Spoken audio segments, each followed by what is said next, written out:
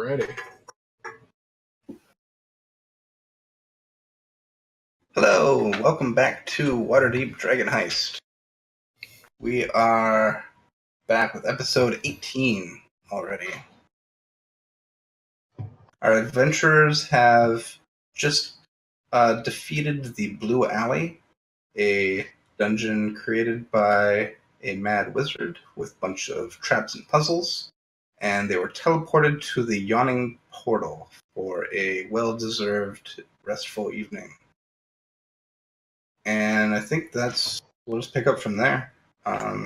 Busy night at the Yawning Portal. You guys, you got around free from Durnan when you arrived, and you've been hanging out for a bit. I couldn't remember. Did we head back to our house and sleep, or did we leave off at the bar? Probably we said we headed back, but I'll just back up to you guys are leaving. Pretty sure. I can't remember. Did we take the cart or did we walk there? I think we walked there. When you went back to the Blue Alley, you did not take the cart as far as okay, good. At least my horse is on the other side of the city. Yeah.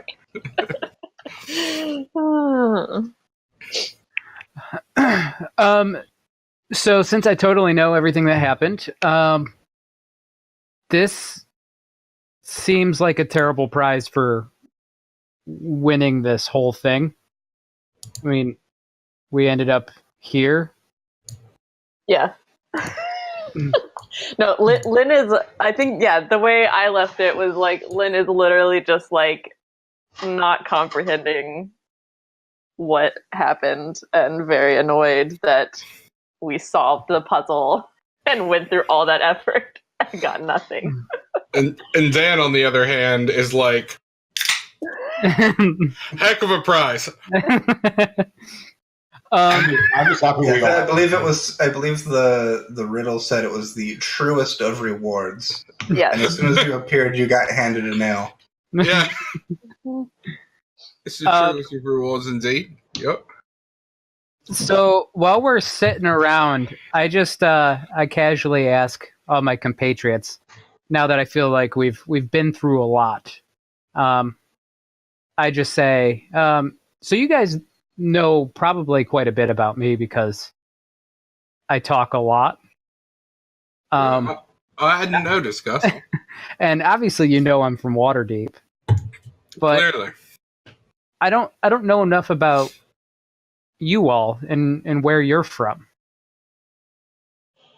Is that anything you would be willing to talk about? You don't have to go real in depth, but I mean, I have a general history and knowledge of the lands. I'm just curious where you came from. Well, I just grew up in the High Forest with my mom. In the High Forest? Like just anywhere in the High Forest? Close by Loudwater, but we were pretty isolated. Loudwater? I've heard of it. Dan, obviously you're not typical for your race, from what I recall from our interesting interactions. Well, you could say that, yeah. So where are you actually from? Oh, you know, I'm kind of from around. You know, my mom was from Comanther. So a lot of us grew up near Drow, and my mom was a devout follower of one of the Drow goddesses that's not evil. There's not a lot of those. Oh. So we traveled around, tried to help people. That's really about it. Not really from any one place particular. Oh. That's cool. And Nightbreeze, I know I give you kind of a hard time about being ancient. How old are you? Well, that depends on how you want to look at it. In the century plus that I've been alive, a lot of time has passed, but when it comes to the vigor and spirit that I contain as a living being, I'm still fairly young. Now, do half elves have the same longevity as a full elf? I think so. So, Lynn, how old are you then? I'm pretty young. Because if you're going to live as long as a typical elf, I mean that's a long time. Yeah. Yes, we usually see centuries pass instead of decades. Huh. It's interesting. To be fair, I'm still in the decades area. I'm only about 20. 20 in elven years is like No. I'm just 20 in Dale Reckoning years, man. Oh. Also known as years. Yeah, like your regular years. These are not dog years or elven years. Just standard calendar years. Right. Oh. It's interesting. Because I'm 26, and obviously for a human, 26 is essentially a third of my life. I mean, that's if I don't do something dumb and kill myself. So essentially, you're for you, you're probably. older than the rest of us along the Yeah, that's timeline. true. Yeah. But see, Dan seems fairly, and I don't mean this in a really mean way, but you seem a lot more immature than, say, Lynn. But I thought you were similar in age. Well, I mean, I drink a lot, all right, and I work in bars, and that's just what we do. Oh, okay. She's like a respectable person who holds down a job and comes from like the forest and stuff. So yeah, so she does respectable things. I, on the other hand, drink ale. You have fun. Well, you could say that, that's for sure. I don't think maturity really has a specific age range. Yeah, because, I mean, I thought you were about my age, like 25, 26. I'm 29. Oh, you're 29. Okay. All right. Which is still fairly young in elf years. Yeah, I can imagine. All right. We actually don't even consider adulthood until after you're 100. That's so you're adolescents or teenagers? Well, and all of the non-guesses in the room would know that's a bit different for half-elves. Yeah, because I think I'm trying to remember what the deal is for half elves. I can't remember how that works. Half-elves do live longer than humans, but it's not by as much as like a full elf. I think their lifespan more like 200 years. Yeah, when I was researching, it wasn't nearly as much as. And half-elves, I think they become adults around the same times as an average human would. Okay. But they end up living maybe like twice as long. Yeah, that sounds about right. Yeah, so like half elves will like top out around 200, but and this is I'd say specifically to Nightbreeze, just from what you learned growing up, you probably are a little bit confused by half elves. So I think that makes sense that you would treat them more like real elves or like humans, but not like a weird mix. You kind of don't understand them. Right. I mean, since, totally out of character, since Nightbreeze has turned his back on most of how he was brought up, I would treat half elves as equals versus anything else. Yeah. But as far as like identifying them as like a thing, you'd probably like put them in the bucket of humans or put them in the bucket of elves. Gotcha. And not really understand the difference. Cool. And this is the last question, I swear. And I think it's because I'm drinking wine, so my questions are a little different than normal. What is like the normal gestational period compared to, from elves to humans? Is it still 9 months? You're making me Google. I honestly, Gus, have no idea. I'm pretty sure it's the same. I'm pretty sure it is.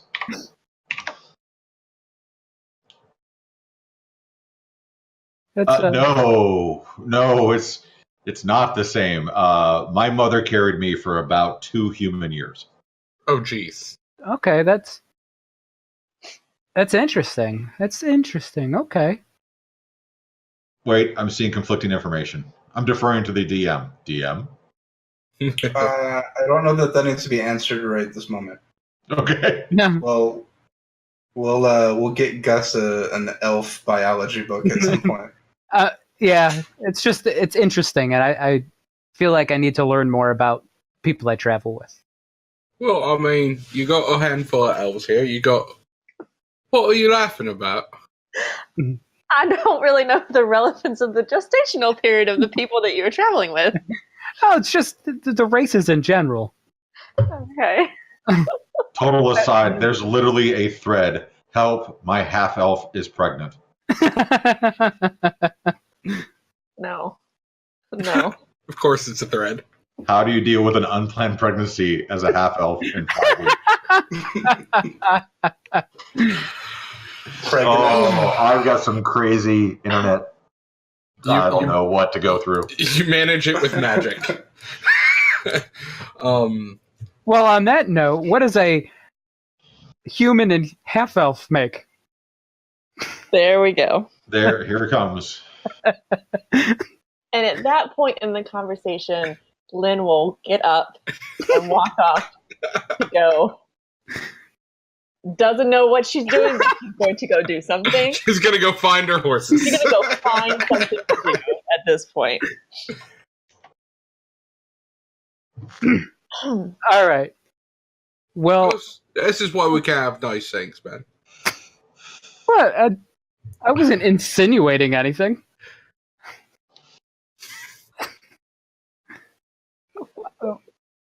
Not really. Not very subtly, you mean? Well, we can skip ahead a little bit here until you guys. We can continue your conversation, but you guys are leaving the portal. I'll say when you go to pay for your drinks for the night, Gus, you notice that you are missing about 10 gold. You had it in the morning when you left to go to the Blue Alley. You don't know when or where, but you have lost 10 gold. that's half of my money. Half of my money's gone. What happened? I don't know. Half of my money's gone. I'm trying to remember. Did I see? I feel like at one point, one of them stealing between each other, I saw. I can't remember if it was her stealing from him or him stealing from her.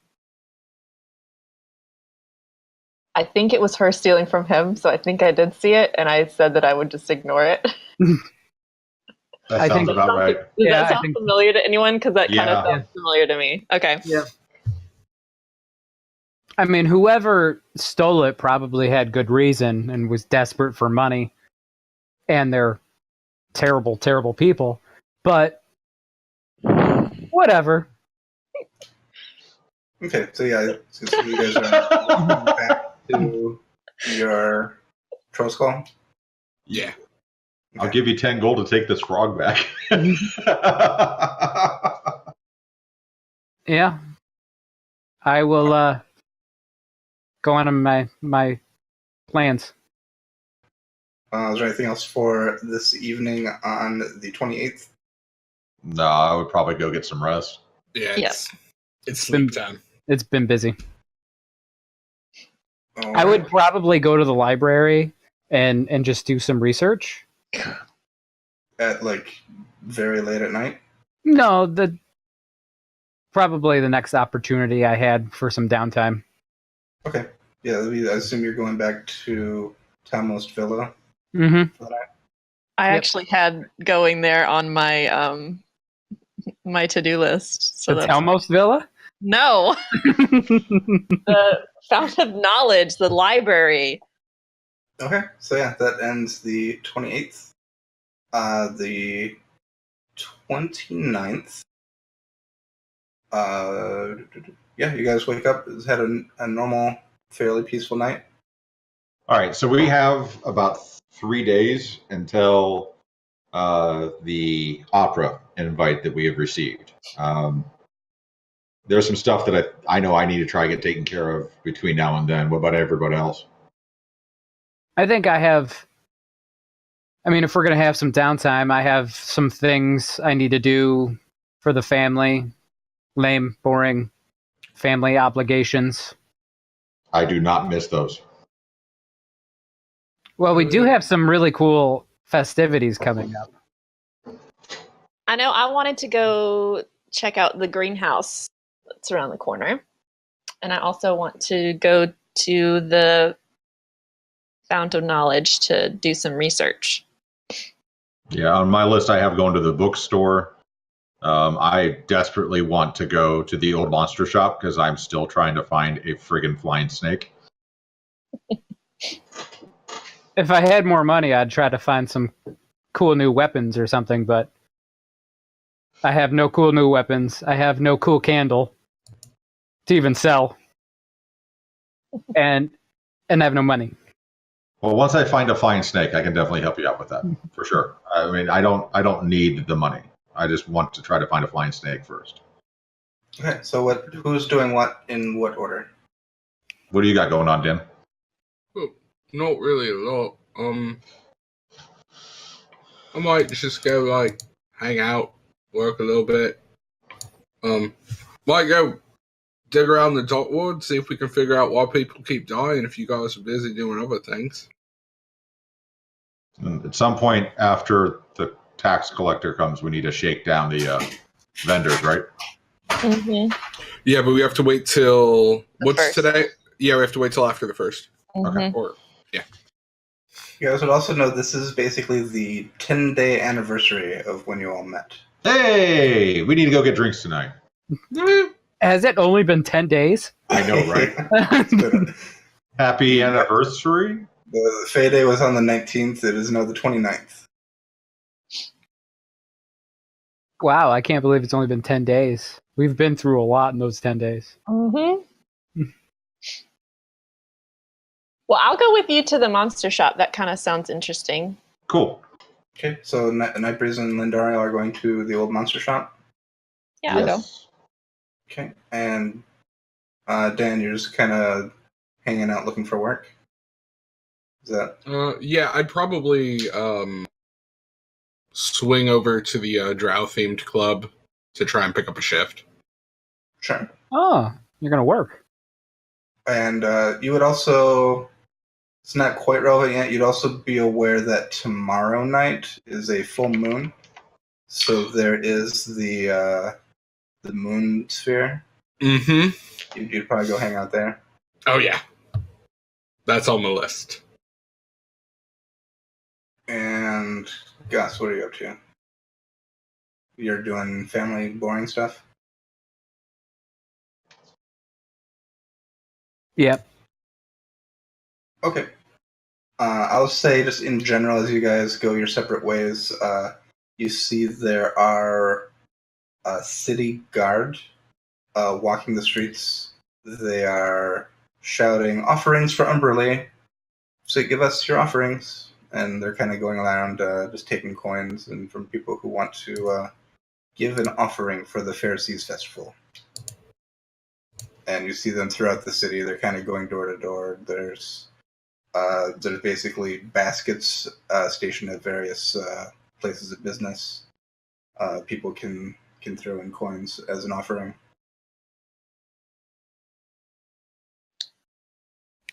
And, Cool.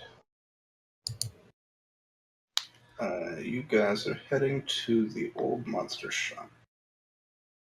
Where is it again? It is. It's right next door. Yay! Let's find it.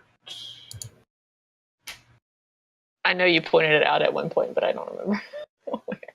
Is it far enough where traveling by cart would be more efficient? It is pretty far south. It's That's what I thought. I thought it was in like the southern ward. It's there, and you guys are further north than my map is showing right now. Sweet. You guys are up here. Yeah. Card it is! Yep. Yeah, it's in the southern ward, so you can get there easily enough. It is, as this is like the final holiday celebration of Fleetswick, and the boat races should be concluding today. There's just lots of excitement in the city. People celebrating lots of like fish fries, lots of like seafood out and about today. So yeah, the tavern will be happily accept your help today, Dan, because they've got just lots of extra customers coming in and tourism happening in the city. Sweet. I will either I'll do whatever they need: bartend, wait tables, do a song and dance. Yeah. Steven, would I know who would be hosting the big, what's the gold one? Trying to find the list here. The list of holidays you said were coming up. Oh yeah. That's not until the 5th, I believe. There's probably lots of places celebrating. Yeah, I just wanted to see if I could get my boy Dan a job. Okay, we can come back to that. I'll look up some information in a bit. Okay. But yeah, the two of you make your way to Tillman's Lane, and there's a small alley behind that with a little warehouse. You kind of only know it's here because Davil mentioned it to you. It's not really well marked. It's a plain-looking stone warehouse, and there is a sign above it that says, "Beware, guardian monsters within." Sweet. There are a pair of arched cart doors, so you can pull right up to that. If you walk in, there is a human man who greets you. "Hello, what can I do for you?" You want to go first, Lynn? Oh, I'm just here looking. Okay. I'm in the market. And you can make a perception check, too. Oh, yeah. I'm in the market for a flying snake. Flying snake? Wondering if maybe you had one. I think we do. What are you looking for specifically? A companion. So you want a pet? Yes. It's an interesting choice. They're not very fluffy. I'm looking at the things that I put in for it. I rolled a natural 20, by the way. On my okay. So I see all the animals. This seems like a place that would be more at home in the dock ward. It is poorly built. There's kind of dust and rubble. It smells like animal dung and just kind of the mildewy, damp smell. You don't really see any animals offhand. It's kind of like a smaller room with a counter. There's a door to, it seems like, a back room, and there's the other like cart entrance that probably goes to like a loading bay. Mm-hmm.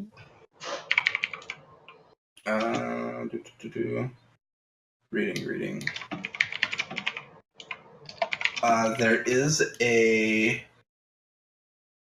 There's a gargoyle statue on the counter, and there's some magazines on the counter.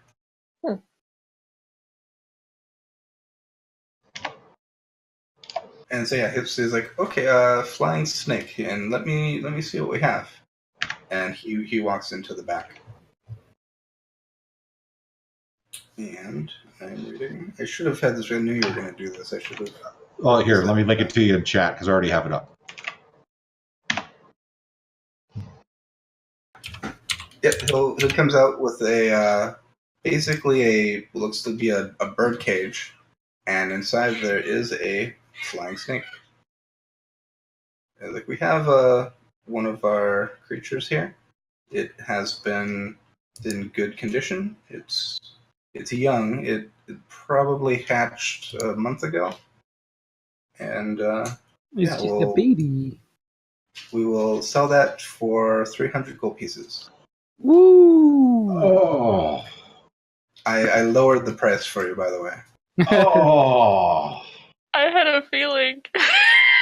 Oh. That hurts so much.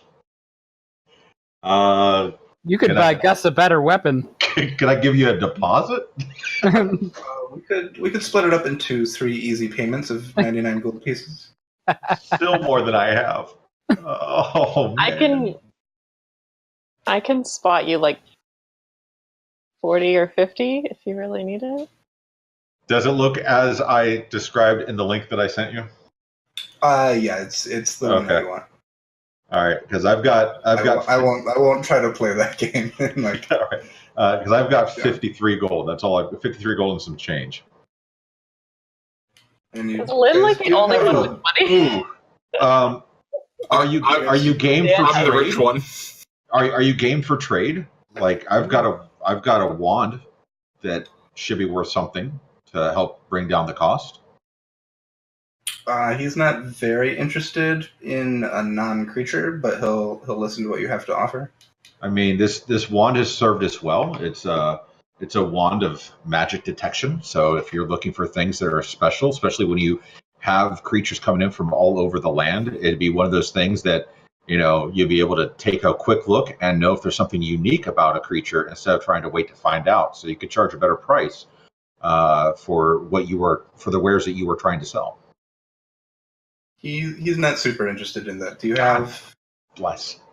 have anything that's more alive, or maybe came from something that was alive? We'll trade in creature parts. What happened? Oh, that's right. I didn't actually take those heads because you were like, yeah, they're human heads. The manticore. Yeah. Yeah. I It's a humanoid head. I have a goblin ear, but I don't even know if he'd want it, and I don't even know if I would give it. Is it a magic goblin ear? No. So here, I'll have you roll a persuasion check. Sweet, I get to roll. A goblin ear from one of the goblins that killed my mother. Oh, no, that's sacred. You can't get rid of that. So I was like, I don't think I would. Oh.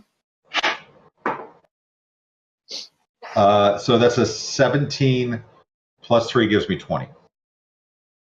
He'll let you basically pay it over time. Once every 10 day, pay 33 gold. Okay. I can do Or that. actually, we'll make it even do 30 gold. So 10 days, 30 gold, 10 day. And can I pay more in advance if I come across it? Sure. Consider it done. All right. You are now the proud owner of a new flying snake. And is it Breezy's flying snake? It is now. It is now! Yay! Can I do speak with animals on it? Sure. Can I like hello? What's your Hi. name? I don't know. You don't have a name. What is my name? Night Breeze, he doesn't have a name. Oh, I will come up with something amazing, I'm sure. Gus.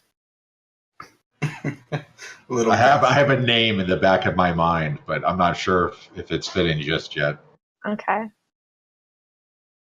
I don't want us to lose a viewer out there in the internet's land. Do you have anything else you want? Do you have anything you want to know about it? I can ask him. Is it a him? Are you a him? Or her? Don't know. Did you want a particular gendered snake? I am fine with either. I will let you roll a dice and tell me what you come up with. All right. Ooh. It is a male snake. Okay. Oh, Do you might have have any to. questions for him? So the snake recently hatched. I'd like to know what its favorite color is. Okay. I ask him what his favorite color is. Can the snake see colors? Is my first question. This is interesting. Actually, I think snakes are colorblind. Well, some snakes, but it's a flying snake. And this one looks a world different. of imagination. So And this one looks different. explain to everyone what he looks like. So go ahead. This one has black scales that run the length of the snake, with white and silver tribal markings along its body. It has bright jade green eyes and a bright purple tongue. Silver flaked wings grow from its back. Ooh. Yeah. Can I ask it to show it how it flies? I'm in a cage. I open the cage and I ask him to do some loop-de-loops. Okay. And he gets out and flies around the room. And Can you find out if he's hungry? Are you hungry at all? I'm very hungry. Are they not treating you well? We had food this morning, but I'm always hungry. And so I asked the shopkeeper if he has any. What? I wish I knew what this snake ate. Does he eat rats? Yeah, he'll eat smaller. I'd ask if he has any snake food, like rats, mice. He'll eat smaller mammals, or sometimes they have just pellets that they can eat. All right. And he'll be willing to sell you some basically snake food for about 5 gold.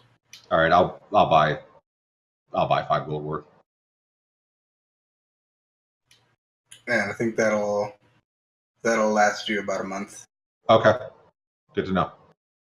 But the snake would probably prefer some live meals now and then. I will do my best to make that happen. I'm sure we have some rats in the basement he can enjoy. He eats children is one of the comments in chat. Cool. I need tungsten to survive. Tungsten. Tungsten. Oh, jeez. Well, can you let him know that I'm going to do my best to take care of him? That I want to work with him and train him and give him a home and all that fun stuff. Okay. So this is your new friend, Night Breeze. And Hi, Night Breeze. he will be your friend, and he will help you and make sure you're happy, and you'll have some fun adventures. Okay. Like he doesn't know what any of that means. He's just kind of accepting it. Yay. Okay, so you can go and land on his shoulder. I'm sure he would like that. Yep. No more cage for you, buddy. Stay by us, okay? And you just do what we say, and you'll be happy. Okay. I don't want him to fly off or something. Yeah. He seems content to hang out with you guys. He's kind of aloof. He doesn't really know what's going on. So, Stephen, do you want to explain to our viewers, as well as us, how pet companions would work? In this case, we are using the rules for what are they officially called? Sidekicks. They're called sidekicks from Unearthed Arcana. And so they act basically as like a player-controlled NPC, and they have their own class, and they will level up and have their own ability. This is a first-level warrior. I'm assuming it can be killed as normal? Yeah, it has hit points. Yeah. Yeah, at this level, he has an AC of 14 and hit point. He has 26 hit points. Are you using a large snake or something? I morphed. I kind of brought together a few different things to get the fairer ability a while back. This was like, what, a month ago, Stephen? That I built him? Yeah, probably. Yeah. So that was like 2 hours of game time. yeah. But I took a look at, because a normal flying snake's challenge rating is something like a quarter or an eighth, and to bring them up to a challenge rating of 1, I had to change things around a little bit. And so I don't know if you've done this, as a first level warrior, you can gain proficiency in one saving throw of your choice, either strength, dexterity, or constitution. And you get proficiency in 3 skills of your choice between acrobatics, animal handling, athletics, intimidation, nature, perception, and survival. I do, or he does. The snake does. But yeah, you can choose. Yeah, I'll do that probably. I figured it would take me a while to more or less attune, because the other ability that he has is he can understand common, but he speaks telepathically. So until that relationship has happened, I figured I'd figure that all out between now and then. I'll have it figured out by next week. I actually forgot about that. You kind of didn't have to use. I didn't know. With animals, did you? Night Breeze had no idea. Okay, and he also has second. Anyway. So I would just totally dig the fact that I finally have this kick-ass flying snake, and I'll come up with a name fitting. I'll make this work. Also, let's not forget, it sounded like I was speaking parcel tongue throughout that entire thing. Mm-hmm. So sweet. Just adding that layer. Night Breeze was very impressed. And I see a comment from Most Fruitful Yumi on Twitch asking if we explain the color markings. If you missed that, we could re-explain that, or I could just link it. Yeah, I was reading off. It has black scales that run the length of the snake, with white and silver tribal markings along its body. It has bright jade green eyes and a bright purple tongue, with silver flaked wings growing from its back. And you dropped a ton of money on it. It's all worth it. Yep, and now it is perched on Night Breeze's shoulder and hanging out. I'm a little sad I wanted to look at the animals, but they're not out. Yeah, they're not on display. There's womp it's kind of like a gargoyle statue. Yeah. And you can definitely smell animal smell. Mm-hmm. It doesn't smell great in here. Yeah. But yeah, they're all behind the door. And interestingly, the thing you notice is you don't hear them. Maybe like a magical sound barrier or something. Could be. I just thought of something to do that was funny. What? I'm wondering that bell that rings 5 minutes after you ring it, does it ring in the space that you rung it, or does it ring in the space that you take it? Like if I ring the bell and then leave the place, does it ring 5 minutes later there? Or does it ring 5 minutes later where the bell is? These are questions we're trying to figure out. What better time to test? Are you ringing your bell? Sure. I'll ring my bell before we leave. Nice. You can ring my bell. Ring my bell. Sorry. All right. It was required. So you guys are leaving the old monster shop? Yeah. Did you want to ask for anything in Olin, or you just wanted to see the animals? No, I just kind of wanted to see, and I was going to talk to some, but whatever. Okay. It's a pet shop, not a zoo. Well.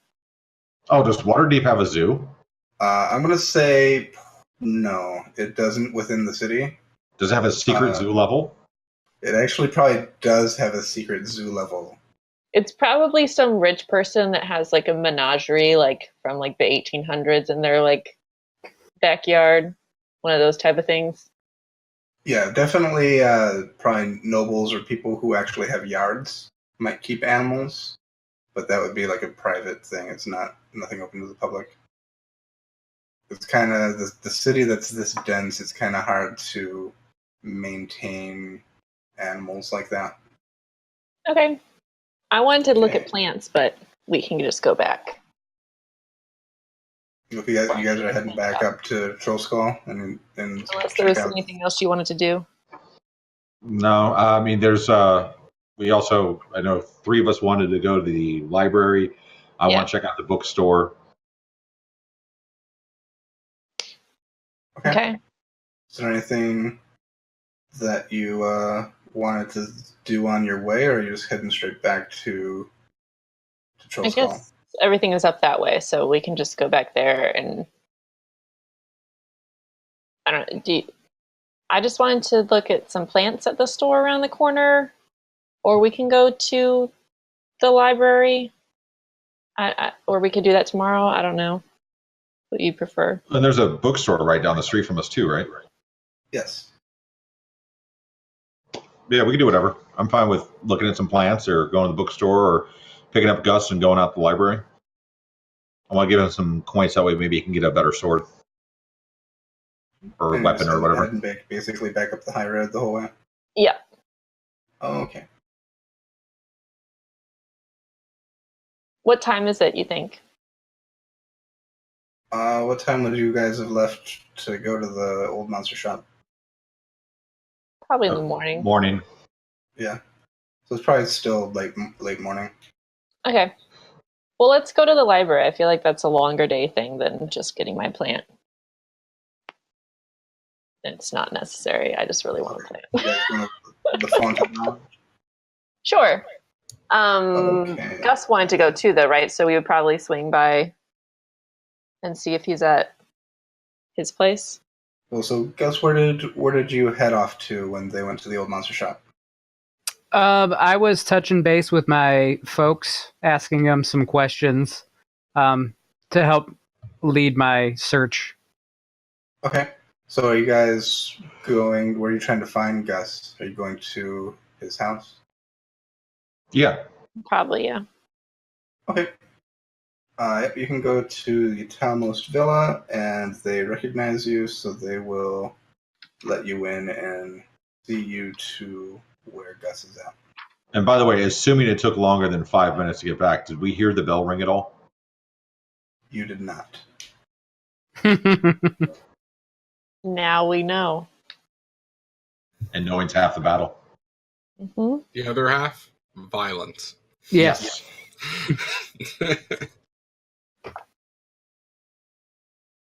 And I think the whole way up, I just try to bond with the snake, like let him fly around my hands, my arms, and Sure. stuff Yeah, like that. he'll eat like some food out of your hand and hang out and kind of cuddle around you. Sweet. Aww. So sweet. And yeah, you guys make it to Gus's house, and you find Gus with there's some of his servants are around. Looks like a woman you haven't seen before. You kind of assume it's Gus's mom. And Does Gus's mom have it going on? Gus's That's up to mom you. has got it going on. Well, And- it stands to reason if Gus is the second most handsome man in all of Waterdeep. That Wait, are you saying that his mom is the most handsome man? Well, he has to get his genes from somewhere. We would be assuming. Yeah. Generally and a tailor. roll dice. One of Gus's younger siblings is there. His sister's there. Is that right? You have an older brother, sister. You have a younger brother, sister. Correct. Yeah. So yeah, your younger sister is there as well. And so yeah, Nightbreeze and Lindario show up. Yep. So looking at the family tree here, oh no, it's an older sister, younger brother, and an oldest brother. You have 4 siblings because you're the middle of 5. Oh, that's right. Yep. The youngest is a girl. It's true. Yeah. So I see him, right? And I introduce my mother, whose name is Regina, and my youngest sister, whose name is Elizabeth. And I say, "Hey, these are my friends. This is Lindario and Nightbreeze and Dandriel." Ben's not there, right? Oh, Dan's Dan. working. Sorry, I'm off work. that's right. And guys, this is my family.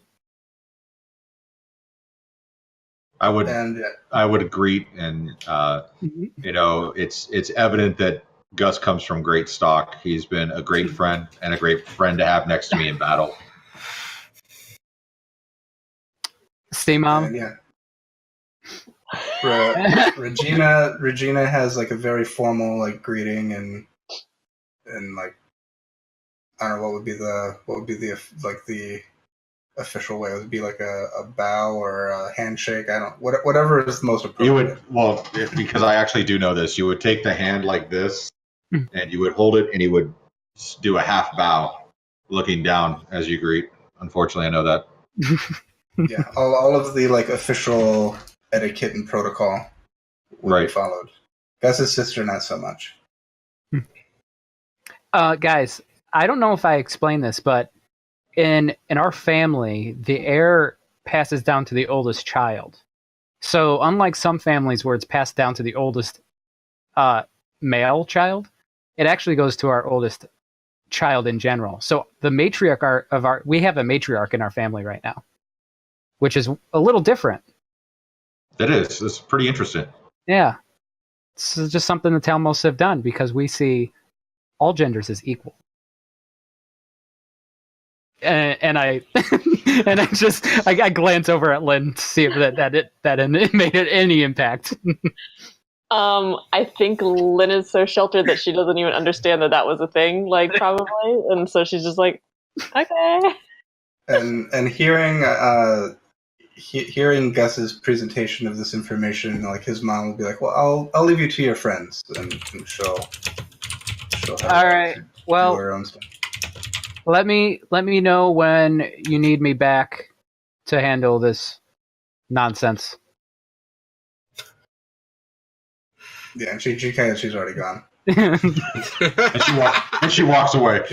She has more important stuff going on than dealing with her annoying son. Yeah.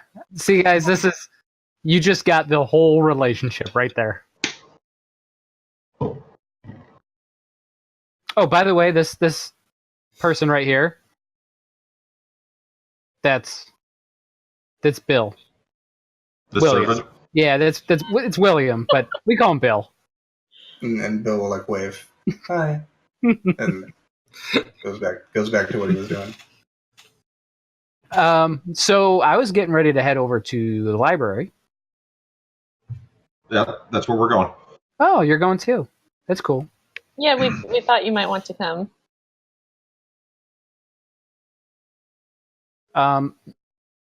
Nightbreeze, I was not aware. No, sorry, I won't be mean. And I catch myself mid-sentence. You're not going to be surprised by the flying snake? No, because he's been talking about it. For the last 10 days. I'd be like, dude, I've got one, finally. That's cool. How much did that cost you? A lot.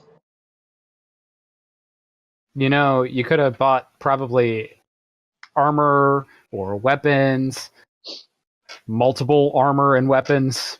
Mm-hmm. Speaking of which, I would check, are we within earshot of anybody besides his servant? And his sister's around. Okay. Speaking of which, I have something for you when we get outside. Okay. Okay, I assume you guys head out. Yeah. Yes. I would, once we're out of sight, I would hand you over 10 gold saying I didn't want to, make it look like anything in front of your family. But here's some of the money that I want you to have to get something for yourself. You don't? Yeah. I told you once I got my flying snake, I'd help you out. Well, thanks. I'll see what I can get with it. And I'll take the gold because I need money. Just like that, I'm down to almost nothing again. You guys have a bank account with like thousands. Yeah, but it's enough to cover the work being done on the house. And also, I'll jump to Dan. You were holding on to like that 900 gold you got from the Black Viper. I currently am holding on to. Is that on your person, or is that at or? it would. I would not be carrying around the full 1,000 gold that I have right now. No, the 900 is almost certainly locked in my room. Okay. Yeah, that was a lot. You think it's safe there? You could also take it and add it to what's in the bank if you wanted. Gotcha. Who's keeping track of the bank account? Out of game. Bankers. You are. Okay, that means I'm going to need to. I'll catch up after this. We'll get the email thread going so I can start working the ledger. I get it. Okay. Because you guys are giving a 20-year-old the ability to own the bank account. Well, I said I'd take it, but nobody trusted me. And that's fair, Gus. All right. You guys are heading to It's Font the of Knowledge. yes. That's the Temple of Agma too, right? Mm-hmm. Okay. Yep. We can take the horses. Yep, and there'll be a place to park them over here.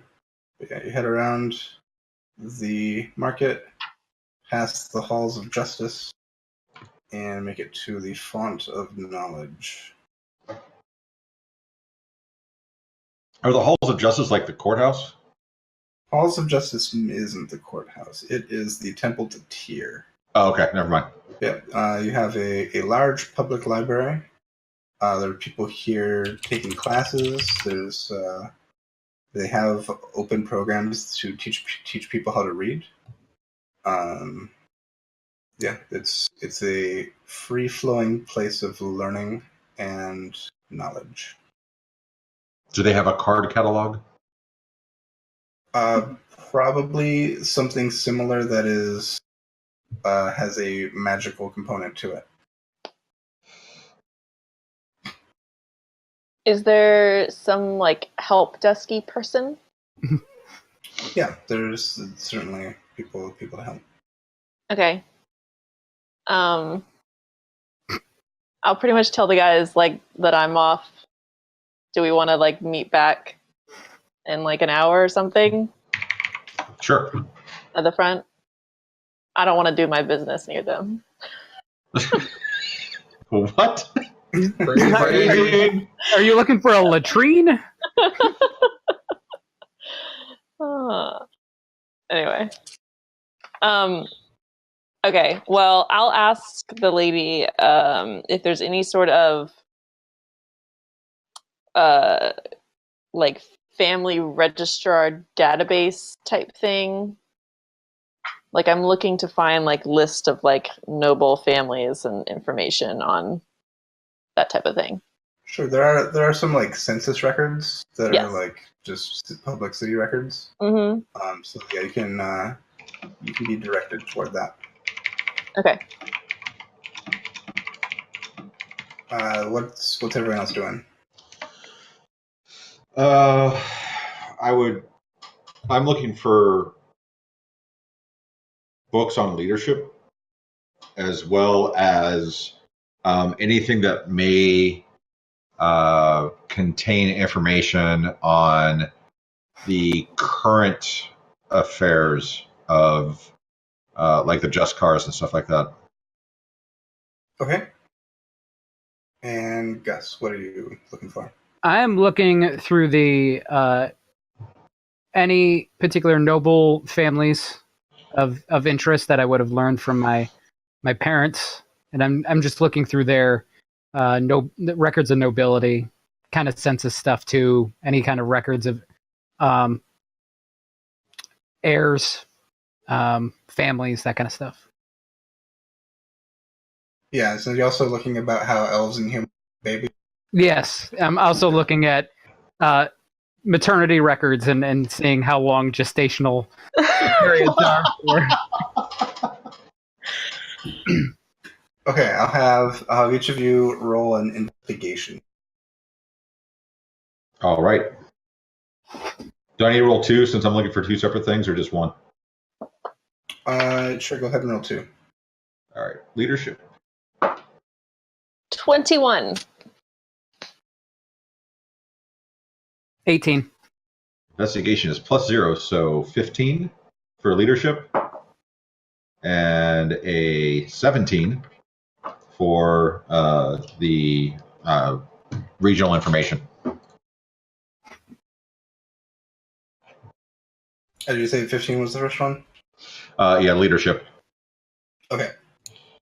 And Gus, did you want to split that into two? Because you're also looking at biology. Yes. Yep. Okay. So what was your second one? My one on the maternity stuff is a 1. Oh, okay. Thank God. It's a dirty one. You find out that there are things called families. The stork comes. Okay. I will hand you guys some information offline about what you find. Sweet. Okay. You'll find a little bit of information. So we'll do that quick and easy. You spend about an hour. Okay. I mosey back up to the front desk. All right. Sorry, I'm dying about the chat. The chat's great tonight. I could just imagine, like, yelling, elves have vaginas, like, out loud. That's why you got stuck on a natural one or a dirty one, because Yes. Yep. I got hung up on that. Yep. Just the actual biology of it, like he found an illustration and didn't get any further.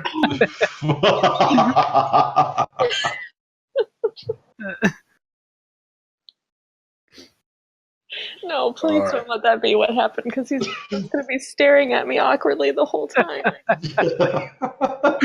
Okay. I'm just like perpetually red this entire campaign.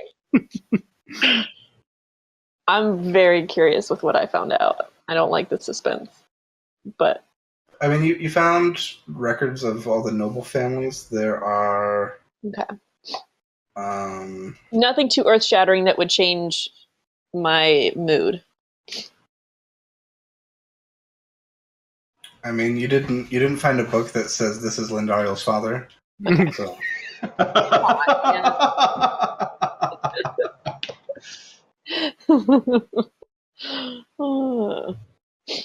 Okay. If I did not specifically find the Tome of Leadership of Influence, I will look for the bookstore for that too. you have information on about 75 noble families. Oh, wonderful. Some light reading. but Yeah. just at 75. Okay. Meanwhile, Gus just has a picture. That was for my second bit of information.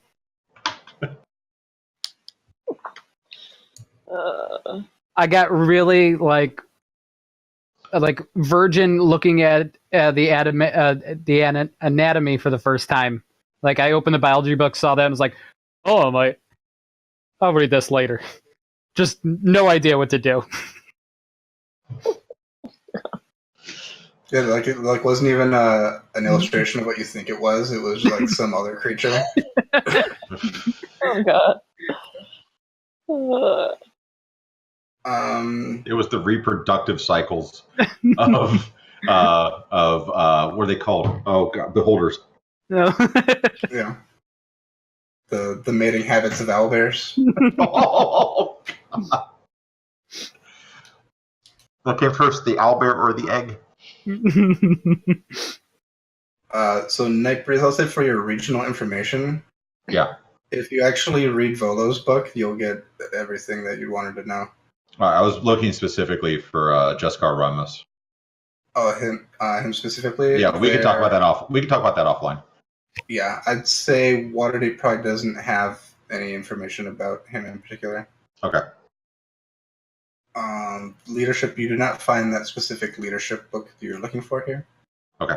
There is general information on like self-help books and like how-to books, and there's lots of general information about leadership you can find. And there's probably like biographies of leaders, so you can whatever you're interested in on the subject you can find. Okay. Did I find how to make friends and influence people? Sure. Great. What I've always wanted. After this, I just want to swing by like a smithy and look into any particular special weapons they might have. We can. And whenever Dandriel's like presumably morning shift, because I kind of went there relatively early, so he was doing like the brunch crowd. Whenever that was done, one of the first places he was going to try and go was some place that might sell like a chain shirt or some type of, somewhat light or medium armor. Okay. Ooh. Well, you guys knowing where Dan went, would you like have plans to like go there for lunch? Yeah. Absolutely. So yeah, when you're, does that make sense for you too, Dan? Oh, yeah. Be, I was gonna say, like, afternoon meeting. Yeah, I was going to say, like, we can RP it out, or for the sake of time, like, you guys come in, have lunch. My shift ends pretty much probably right after lunch. And then we could... So you would actually like have lunch with them there? Yeah. It's here. It's actually not that far from the Elfstone Tavern, where you remember that 2 days ago. But just further up the street, this one, I will read. Okay. This strange place has a mock underground decor done with plaster slurry and rock rubble. Glowing mosses and lichens have been placed on the walls and ceiling and are watered regularly. These, plus a few netted glowing globes, provide a dim light for the place. Stuffed spiders have been affixed to the ceiling or hang from threads. The waitresses, hired for their sensuous walks and love of male company, wear black bodysuits and masks to make them look like drow. Who drinks here? Dwarves, half-orcs, and other subterranean dwellers who miss home. No goblins. Yay! There's some adventurers, and surprisingly, there's priests of all faiths looking for a thrill. And It's like Disney's version of Underdark. yeah, Like Disney restaurant Underdark. Okay. Yeah. So there's basically like cave tunnels, it looks like, in here. There's a dance floor, and there's other little tiny caverns that seem like private tables. This whole place is pretty busy. People are here with the festivities of the city. But yeah, you guys can find Dan and have a meal. What kind of food do they have at the... It differs each night, but there's always soup and a loaf of bread. Is it like there's themed nights? Yeah, there's they serve various meats and fried greens. For the festival, they probably have seafood on special. And like most places, there's ale and stout and czar and wine. I would straight up order the meat and offer some to my flying snake that has yet to be named. Mm-hmm. Okay. Without overly RPing it, I would, if I happen to know, what's her name, Velverin? Wilverin? Wilverin, yeah. I would probably introduce her to the Troll Skull Syndicate, a group of adventurers, for her. So you see, she is a short human woman with dark eyes. She'll introduce herself as the proprietress, and she loves meeting adventurers, and so she's excited to meet Dan's friends. He's been a good worker and has heard some interesting stories of his adventures in the Underdark and in Waterdeep now. So I'll say, yeah. Unlike the Elfstone Tavern, it was a pleasant experience. And Yeah, this for Dandriel, this is quite the opposite of the Elf Tavern. There, everyone looks at him with disdain. Here, everyone's like, "Oh my god, actual someone now." that's the awesomest costume. And for your shift, you've made 70 silver. Nice. And 4,000 platinum.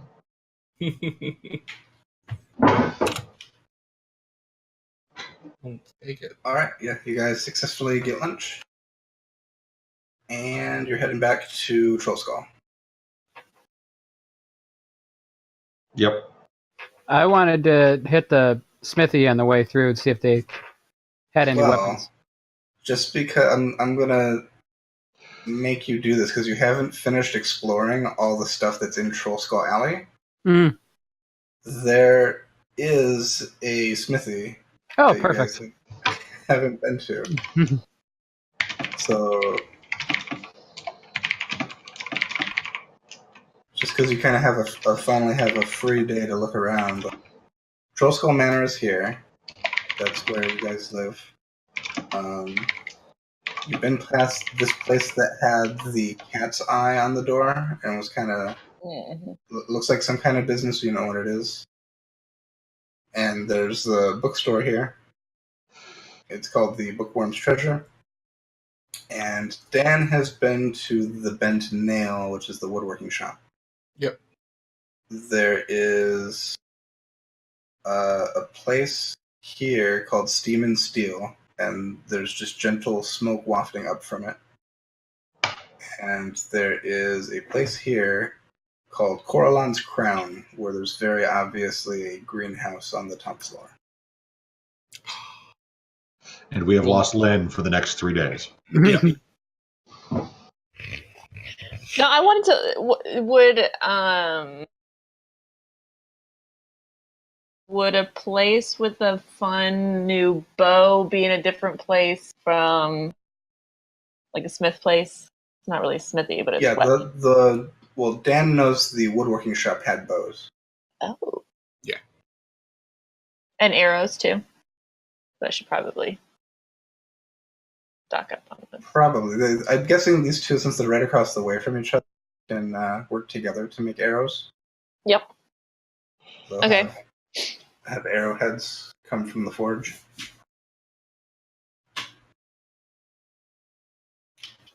Okay, where are you guys heading first?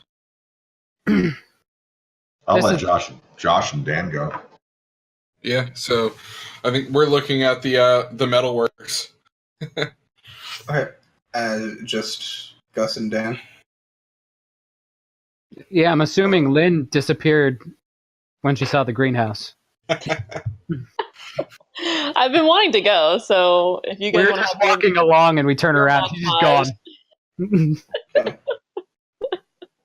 And Night Breeze, you're just kind of hanging out I would wind up going to the library, but they can go for a little bit. to the bookstore. Yeah, the bookstore. Okay, we can start with demons. split the party. Yep. We're all gonna die in our little shop excursions. I get eaten by like a carnivorous plant. No, You walk in and die. says, "Hello, Seymour." Easy. We can't die. This is the bottle episode. So you guys see smoke and steam billow from the many windows around this indoor forge.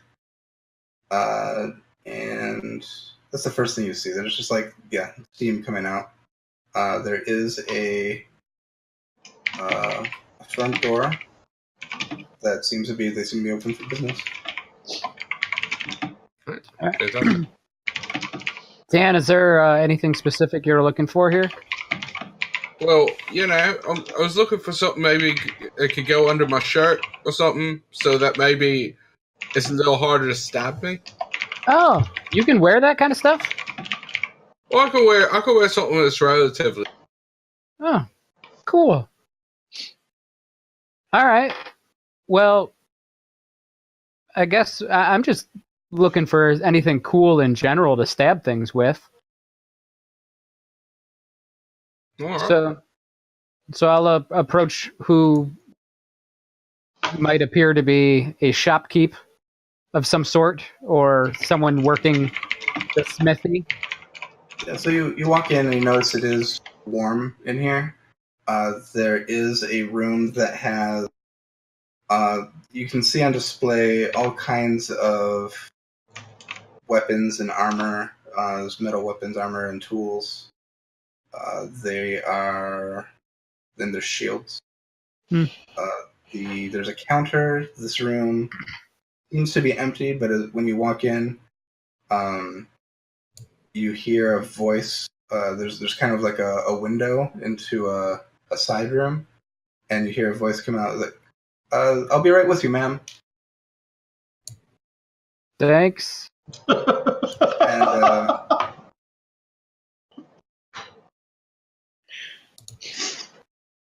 it's dark. You couldn't really see. yeah, a moment later, you see a water genasi walk through, Nice. and he walks in and he looks and sees you, and he immediately like shouts to the back, it's like, "Embrick, we have customers." And like, I thought one of them was a woman, but it actually turned out to be a very beautiful man.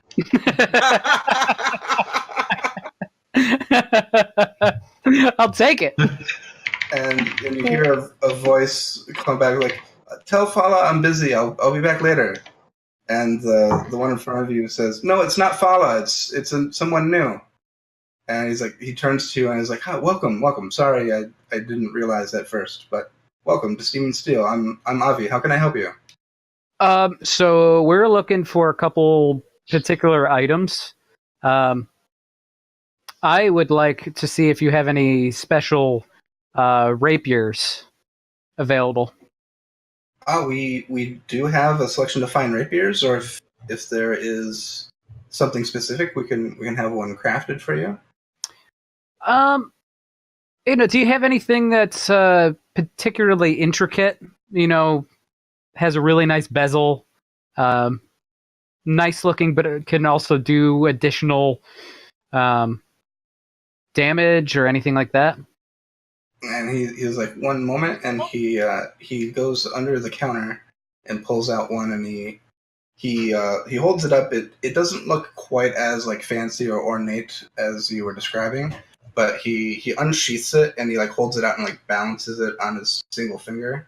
Ooh. And he's like, "This is this will do what you need a good rapier to do. It's not maybe that fancy, but it'll get the job done." It does appear to be very well balanced, and that is extremely important. He makes sure to take a step back and he swings it a bit. And okay, and how much does something like that go for? That's a good question. I can get back to you with the actual price. Okay. But basically this would be like a +1 rapier, and it will have the adequate price of what that should be. Okay. I'll look. Oh, I'm seeing big numbers. It's not cheap. DMG recommends around 500 for an uncommon item with a +1 weapon for 500 gold. That sounds right. Okay.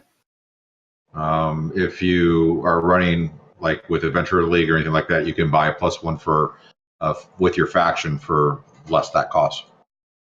So you can use Renown to help influence your purchase. I don't think we have much. I think we have one. Some of us have more than others. Yep, and you'll see after a moment,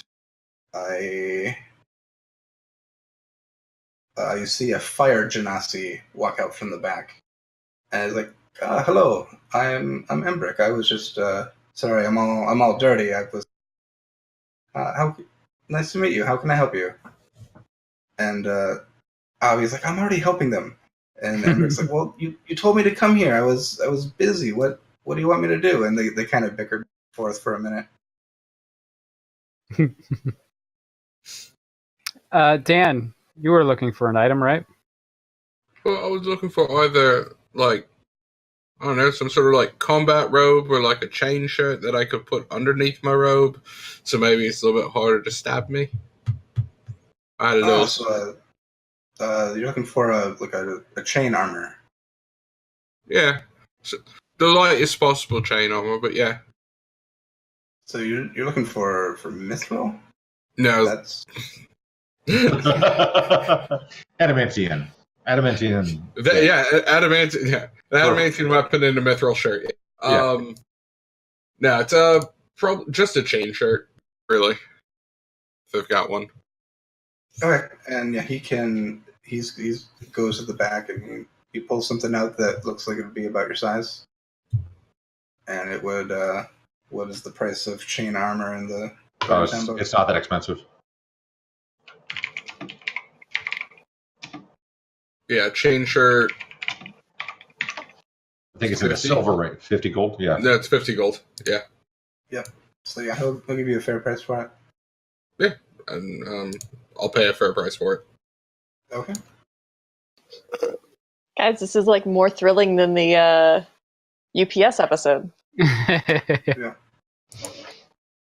You mean the beginning of Lindariel's delivery service?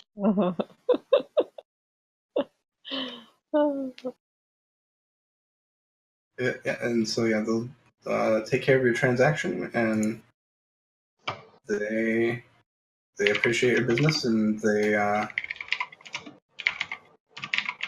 we go. There's people who run the forge. And voila. I am now wearing armor that I'm not proficient with, but at least it's harder to stab me. You do see hanging on the wall, they have a plaque from the most careful order of skilled smiths and metal forgers. So they're part of the guild. And there's another one from the splendid order of armorers, locksmiths, and finesmiths. So they just have their guild credentials posted.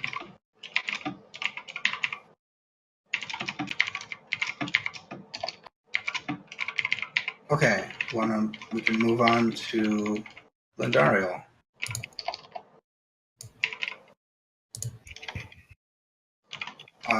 You see it's a stately 3-story townhouse, and the third floor has been converted into a greenhouse.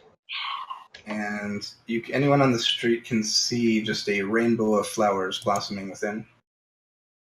And there's a sign out front that says Coralon's Crown. And there's a market vendor in front of it in the alley that is selling flowers. So you assume they're flowers from this greenhouse. So I would go to them to buy stuff? Yeah, so this is kind of like just they have a little shop stall for people wanting to buy flowers. Okay.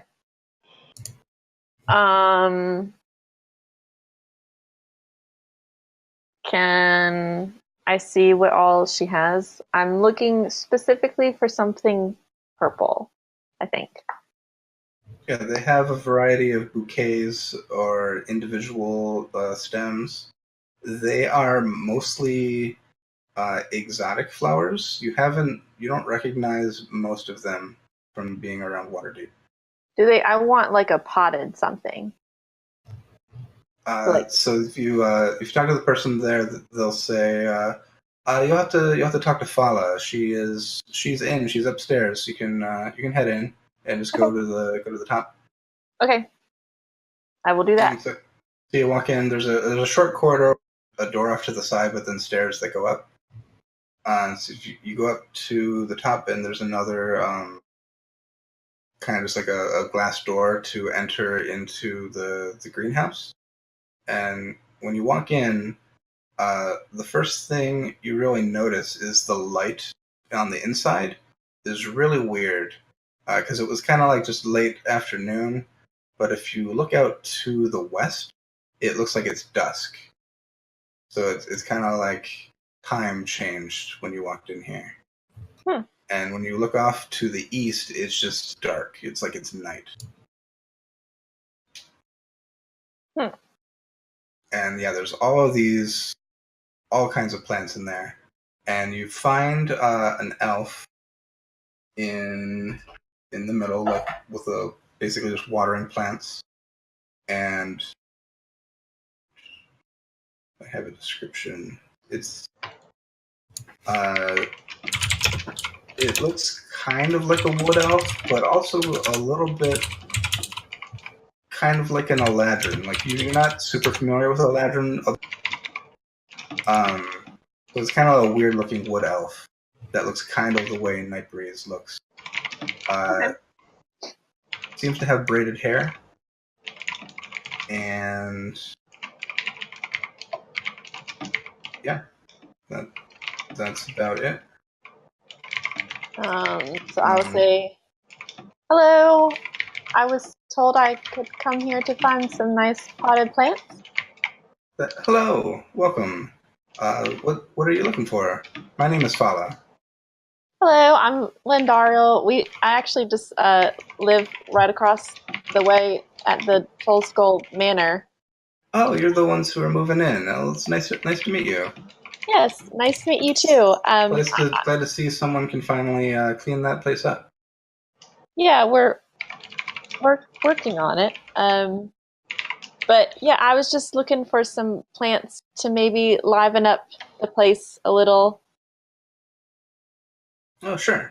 And just look around. We've got all kinds of things. Most of these plants are native to the Feywild, and we grow them here under special conditions. Yeah,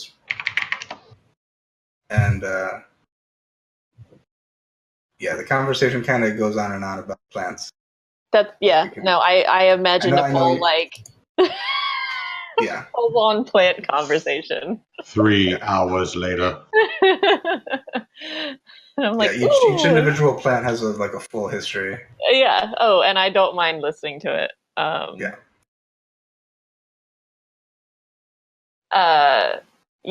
Some of them seem magical, like they move and are animated. Ooh.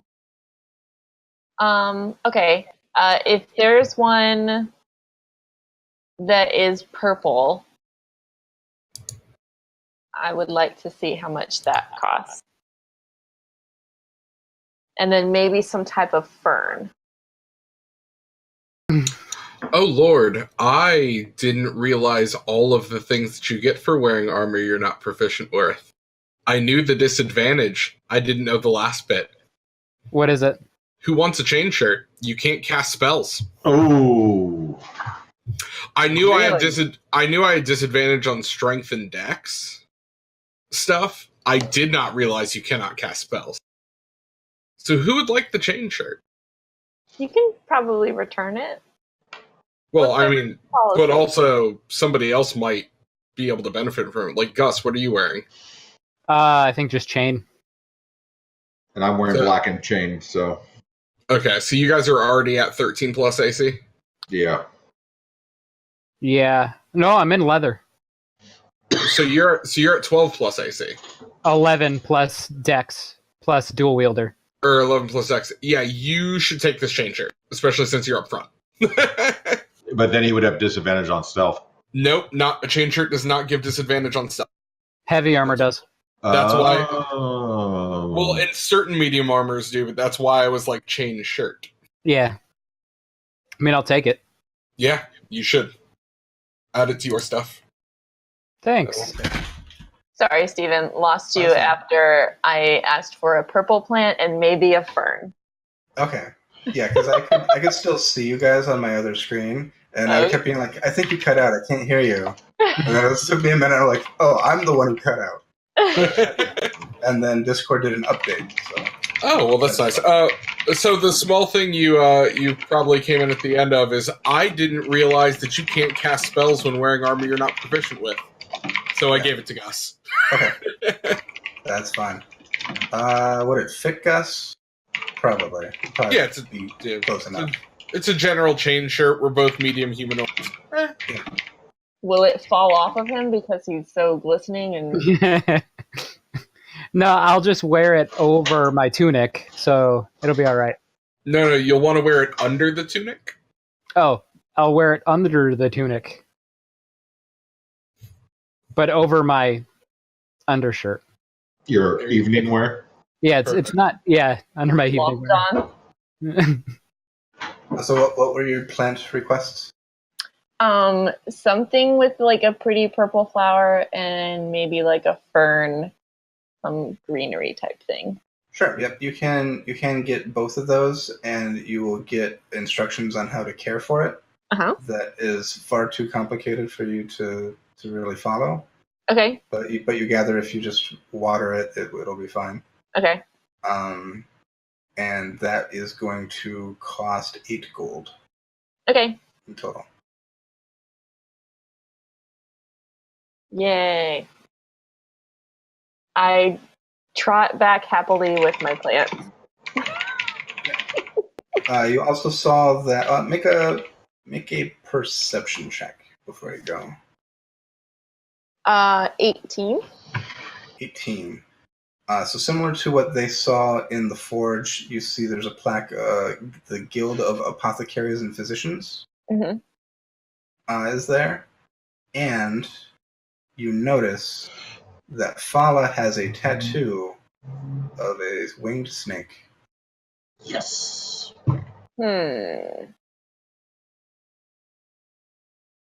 Interesting. I will tuck that nugget.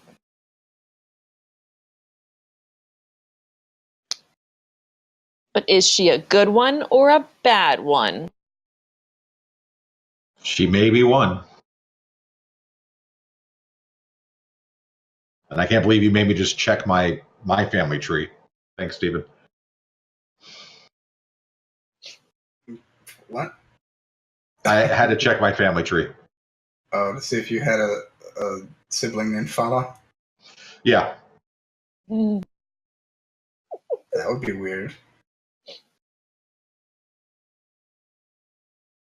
So it could be one you don't know about. No. Well, no. Fala could be Lynn's dad. Is that how? Did Gus find that in his book? Is that how elves actually work? And so I will say this with your perception check. You were not sure of Fala's gender. Oh. It was not clear. Okay.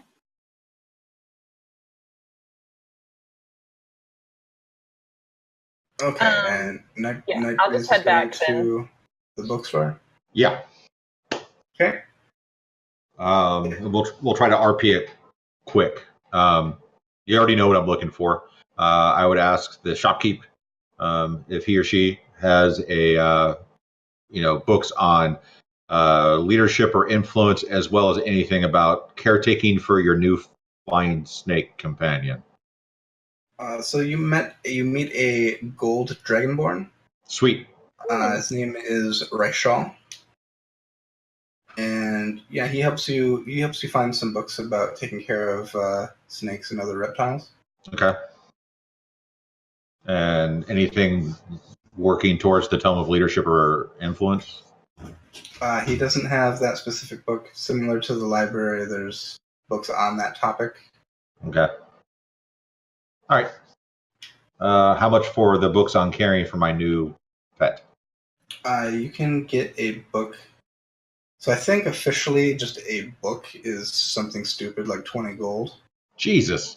But I will give you a break. I'm going to roll a d10, and it'll be that much gold.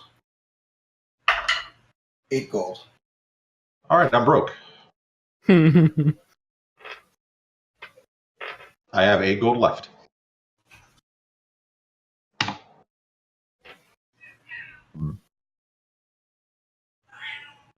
All right. Is that Raymond? Yeah, Raymond's here. You also just happen to notice that the shop has spell scrolls for sale. Okay. I'll tuck that nugget of knowledge in. Save it for later. And he also... there is a collection of wizard spell books And he doesn't sell those, but he will offer a service to scribe a spell from them onto a scroll. Oh, good to know. All right, quick and easy. That was the 29th. Anything else going on for that evening? I would ask the group if we had any kind of wiggle room in finances, because I could use a new weapon, but I can't afford it. I think the amount that we put in the bank, and Stephen, you might know better than any of us right now, or if anybody else wrote it down. I think the amount that we put in the bank was enough to cover the work, and then we split the remainder up amongst ourselves. So, just off the top of my head, you got 2,500 from Victoria Cancelanter, Mm-hmm. and you had 900 from the Black Viper, and you needed 3,101, I believe, was the total everything for your renovations. Mm-hmm. And afterwards, like 600 some of that was a deposit that you expect to get back at the end. Mm. So at least now, assuming you lose the entire deposit, you still have 299 gold more than you needed. Mm. And so that was just with those two big sources of income. I didn't factor in whatever other gold you already had.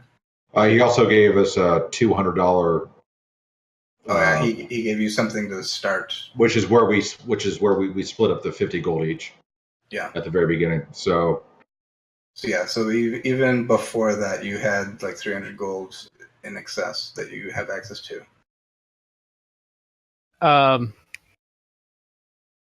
What weapon was 500, and I have 20. So I'm you have 2,800? That's 2,000. I know math. I'm a long way away. 500 silver, right? Yeah, it's 500 silver. 500 electrum. So yeah, that's it. Okay. Yeah, was there anything else that day? No. I'm arranging my plants very prettily in the turret. Okay. By the window. Very nice. I would say whenever I'm not around anybody, I walk. So far, the name is Soup, the flying snake, around the house and show them, like, this is our house. This is my room. This is now your room with me. You're not going to be in a cage, but this is definitely where I want you to be. Da da da, and so on and so forth. Okay. He seems to follow along. Okay, we can turn the calendar again. Is anyone paying attention to the boat races? I assume no, because you haven't been the whole time. No, Not really. I don't care. All right. Then do we want to take a quick break? Sure. Yeah. Sounds good. All right. And you guys get a long rest. I don't know if... Oh, good. I was so close to nothing. Yeah. Wait, whenever I rest, I automatically get 100 gold. It's a Lateran thing. It happens. Yeah, you get 25 gold for every level you are. It's just how it works. Yeah. I think the only thing I did is speak with animals, so I can do that again.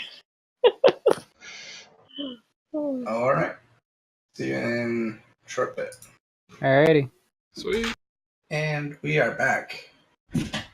Waterdeep Dragon Heist. It is now the 30th of chess. And yep, it's a new morning. What are you guys doing? I would follow anybody that has anything they want to do. If not, I'd probably just hang out and try to continue to bond with Soup the snake. Soup the snake. Okay. I was since it seems like not a whole lot's going on today, I can just jump in with a couple things that will happen. The city guard will come in and ask to collect taxes. It's the last day of the month. So that is 1 silver piece per person. Okay. Easy And enough. Okay. They will note they have a special note for the Troll Skull Syndicate as an organization. They owe 10 gold pieces in damages. Oh, We do? For what? Nightbreeze kicked in a door a while back, and the landlord there took that to a magistrate. Yeah, Floon's door. I'll cover the 10 gold. Good, because I don't have a gold to my name. I know. All right.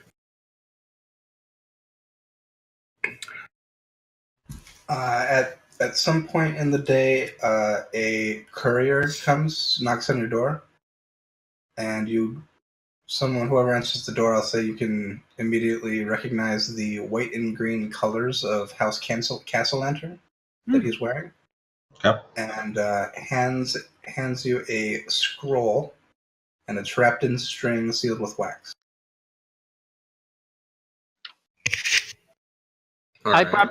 I probably would have got it because I'm on the bottom floor of the house. All right. Yep. You have a scroll. I'm gonna open it up and read it. Okay. I will. The first thing you notice, the seal it's the Castle Lantern seal. It's like a bird with like a shape over it, and it is in like a formal letterhead that they probably use for most of their correspondence. So I will copy it into chat for you. You get to read it, Josh. All right, it says, a message from the distinguished and dignified, most excellent and splendid, honorable, proud, stately, and sublime House Castellanter of Waterdeep, to the Troll Skull Syndicate of Troll Skull Manor, Troll Skull Alley, Waterdeep. Friends, we wanted to thank you once again for returning our beloved statue. You made an ally of the Castle Lanterns. Our friends and business partners will be made aware of your exceptional services and prompt results. We wish you well on the renovation of your establishment and hope to work together in the future. Lord Victorio Castellanter, Lady Amalia Castellantern. P.S.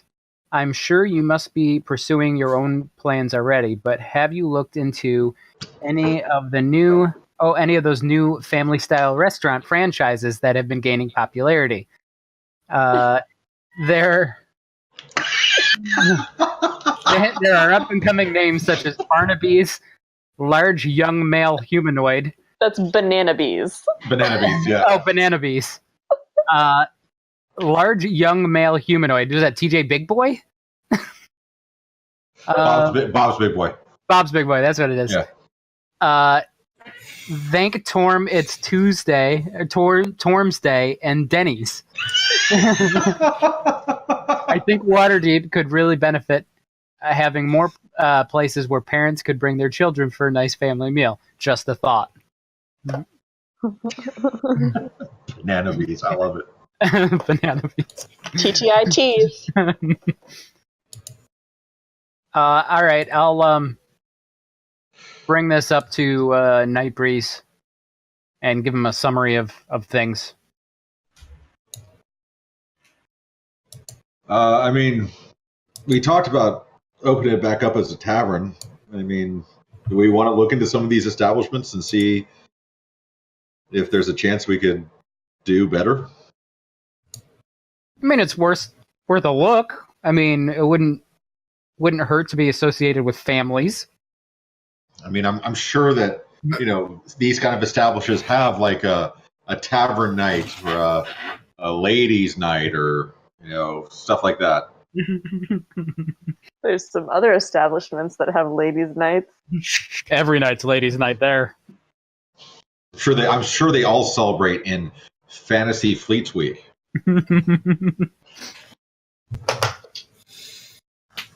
So I know none of you guys were super charged up about opening a tavern, but Treadworth was. He was throwing out all these ideas. He was the one kind of pushing that.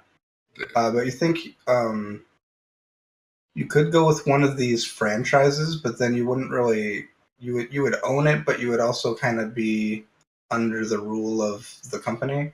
I don't think that would work. No. But you could open basically an establishment that is a tavern in the evening and a restaurant throughout the day. That's basically what most taverns are anyway. But we could be a family tavern. Yeah. Well, until about 7:30. And then there's a cover charge, and there's an age limit based on race. You know, Yeah, and if I haven't used it for the day, my daily cast dance floor it goes nuts. I mean, I think it's a valid idea to consider maybe doing something a little more, you know, let's liven the area up a little bit. I mean, we're just down the street from your house, Gus. You know, this is a good area. Oh yeah, I think it's still primarily a tavern, but maybe we'll make sure that like during the day we're a bar with a great brunch. Hey, there you go. Let's start there. We're like Helen's downtown, or not downtown. It's, in the city. It's downtown for those of us that are counties.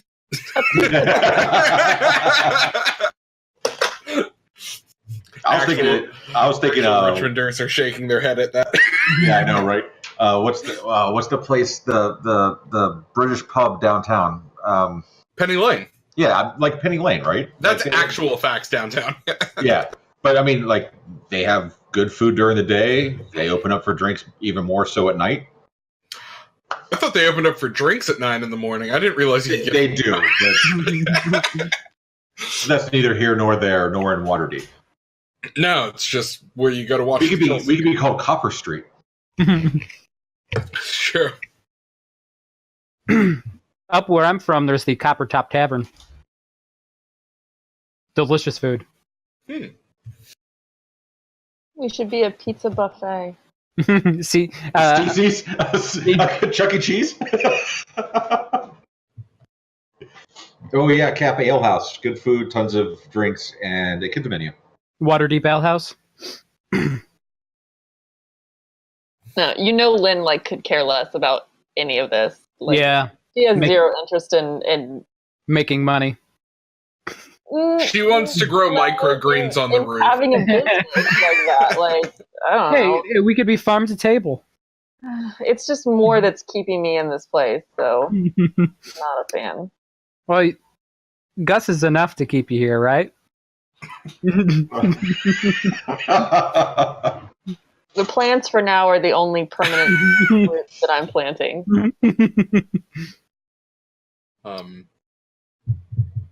But the only other thing I think Dan would have wanted to do, maybe yesterday, but he probably didn't have time yesterday, so today would be investigating the dock ward for more murdery stuff. So you would gather, just so you know, this is the last day of Fleet's Week, and the big celebration is in the harbor this evening at dusk. Mm-hmm. So the dock ward's going to be pretty crowded. More so than it has been since you've been here. Oh yeah, and this is also it's also a full moon tonight. Yeah. So there is going to be the moon sphere in the courtyard. So Dan would be heading there later, to party a bit, but it's also a very busy dock ward day, maybe a day where you look for shady people trying to kill somebody. I don't know. You just look. I'd go with you. I wouldn't let you go alone. Yeah, I feel like we've been tasked to find a murderer and just completely failed. I feel like we've been sent on a goose chase by some Zentarum that we're not sure if we can trust. I agree. That's the kind of vibe I'm getting from it. Well, of course you can't trust him. There's Zentarum. I know, but what if he just sent us there to keep us busy to be distracted by something else that they're trying to do? I mean, we have looked several times over several hours and come up with over 2 days. We did only a verification that yes, there have been things that a couple people have heard that this has happened. I don't know if it's necessarily like if it's going to be like we'll run around. I can make some investigation rolls. I can do some stuff like that. But Dan would at least try and check it out. Okay, is that where you want to spend like the majority of the day, or do you want to wait until later? Or that's probably where you'd spend like the afternoon, like the majority of the day, and then head off. I'd say you guys would know enough, just in general, that the Queen Spire, which is actually outside the city wall down here to the south, that is the actual temple to Umberley for Waterdeep. So it's not within the city proper. Okay. But this whole celebration is in honor of Umberley. And all those donations that have been collected are going to be dumped into the harbor in her honor, basically as a way to appease her for safe ship voyages for the coming season. Money is being dumped into the harbor. Yeah, you're aware of this. There's likely in the center of a harbor just a massive ton of money that has just been thrown away year after year. How deep would that be? It's extremely deep. Yeah. It's called a deep water harbor for a reason. Mm-hmm. And Gus, you would know that that treasure that's down there, it's what's that? I think it has a name. It's like Umberley's cash. It has a name.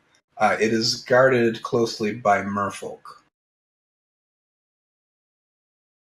Think we could bribe one?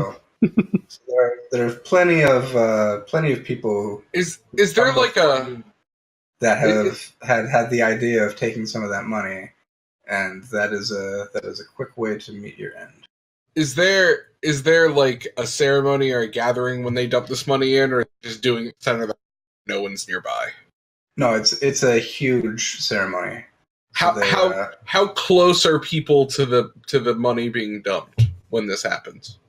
So all of those collection boxes, they end up coming to the Queen Spire where it gets blessed and there's like a ceremony, and then it goes by ship from here to the middle of the harbor. So people line up all along the docks to watch it. There's only a handful of people on the ship. Okay. But yeah, there's plenty of city guard all around the whole area, every watchtower. A lot of people come to Deepwater Isle as just for relaxation, because it's this beach here is probably the nicest beach to actually use as a beach in the city. It's the actual western shore. They call it a beach, but it's really just mud and gross. So if people actually want a relaxing beach experience, they come here. They're probably not doing that so much this early in the season. It's still kind of cold for that, but there would be people all along this island to watch the ceremony and all around. It's a pretty big deal, the Fair Seas Festival. Very nice. And there's also there's an award ceremony for the winners of the boat races, which you guys haven't paid much attention to. But it is kind of my brain lost a word. It's like a tradition. That's not the word I was looking for, but it's the word I'll use. It's a tradition that the prize money for the races also gets donated to Umberley. Gotcha. So all of that waste of money. Yeah, all of that happens this evening. It's just the prestige, I guess, then, because you don't actually win anything other than won all this money. I'm the first. Yeah. All right. Yeah. So I would spend the bulk of the day kind of seeing that stuff, taking in the sights, looking around for any sign of, ridiculous murdery criminal behavior. and towards once it's nighttime and the moon's coming out, I'd be heading off to the moon sphere. Okay. And I would, of course, invite everyone else, if they have yet, actually, at least some of you are, at least Lynn is new, and Breeze is new to Waterdeep. Yep. Only been here for now, 11 days? Yeah. So I would absolutely let you guys know about this, the moon sphere that appears in the courtyard north of the Jade Dancer, which was the place that we went looking for the most handsome man in Waterdeep. Oh, yes. And there's a big crowd in the street. It's a big old party. Happens on the full moon. I'd be down for that.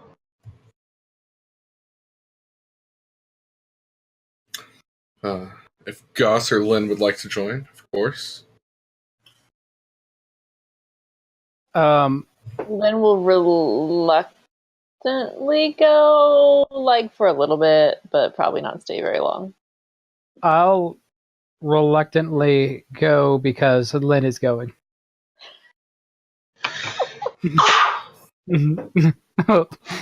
I, on the other hand, am going to happily go, drink ale, dance, sing, try and perform for the crowds.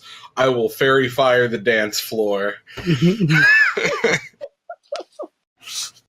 I feel like that's the best party spell ever. Everyone just is like, I'm gonna fail that dex check. Let's do this.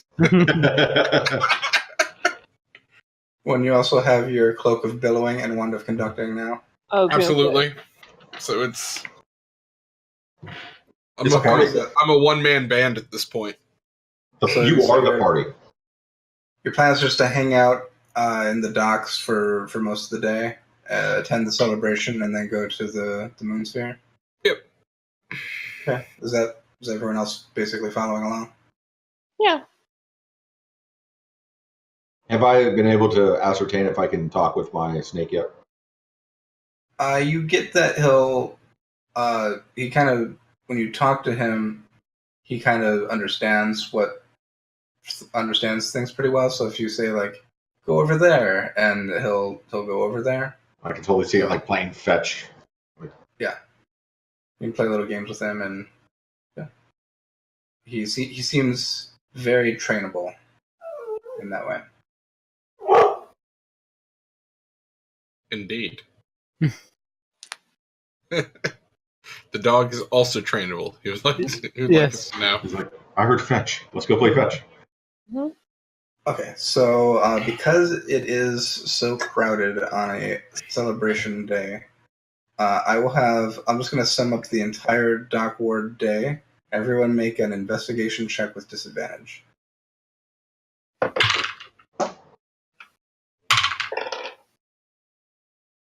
4. 11. At Well. disadvantage, 16. Oh. At advantage, I was a 6. We're right now. We're just balancing each other out. Night Breeze? 12. 12, okay. So for most of the day, it's really hard to try to find someone who looks like a murderer that matches all these things you're looking for when the streets are literally packed full of people. Oh yeah, that's it. Because we don't particularly know what we're looking for. Literally, single piece of helpful information. Yeah, and if you might overhear a bit of a conversation that sounds interesting, but then it might lead you on the wrong path for a while, and by the end of the day, you don't have any more information than you did before, really. I'm getting a picture of I know what you did last summer or Scream, where there's a big party and nobody notices the person with the giant knife just walking through the crowd, stabbing people. That's what I was looking for. I was trying to make sure that didn't happen. I gotta say, you do find someone with a giant knife at one point, but then you follow him just into a butcher shop, and that's where he works. Thought I had him. Or maybe he's doing that as a decoy. He was going into the kill the butcher. I feel like 3 full days of investigation and absolutely nothing. I'm starting to agree with Lynn. But yeah, you basically with all of your investigating, you've confirmed that this has happened, but you don't have any clues as to who's doing it or really why, and you haven't discerned any pattern to it. Or No, all we've done is successfully let everyone know we're being nosy about it. Yeah, and that we continue to be nosy about it. and you've discovered some interesting bars along the docks. Let's see if there's any that you missed.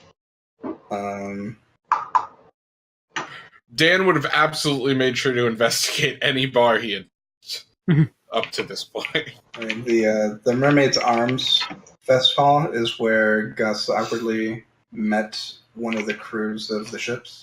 Yep. It was the Copper Rose. There's another, the Blushing Mermaid Fest Hall. I don't think you went into. That one's over here. Some of these further south. There's another tavern called the Sleeping Snake. I don't think you guys went in that one. But I'll say if you've got all day to look around, this one's more. It seems has a more rowdy environment. That might be due to the celebrations, but you think that's kind of commonplace here, because some of the furniture you notice has been hastily mended. Seems like you see dock hands in here. They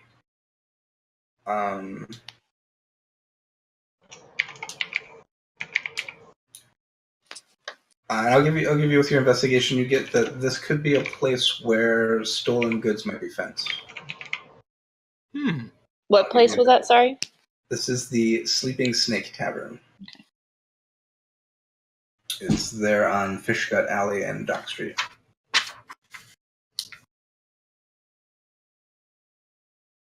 So among all the shady bars in the dock ward, this is up there.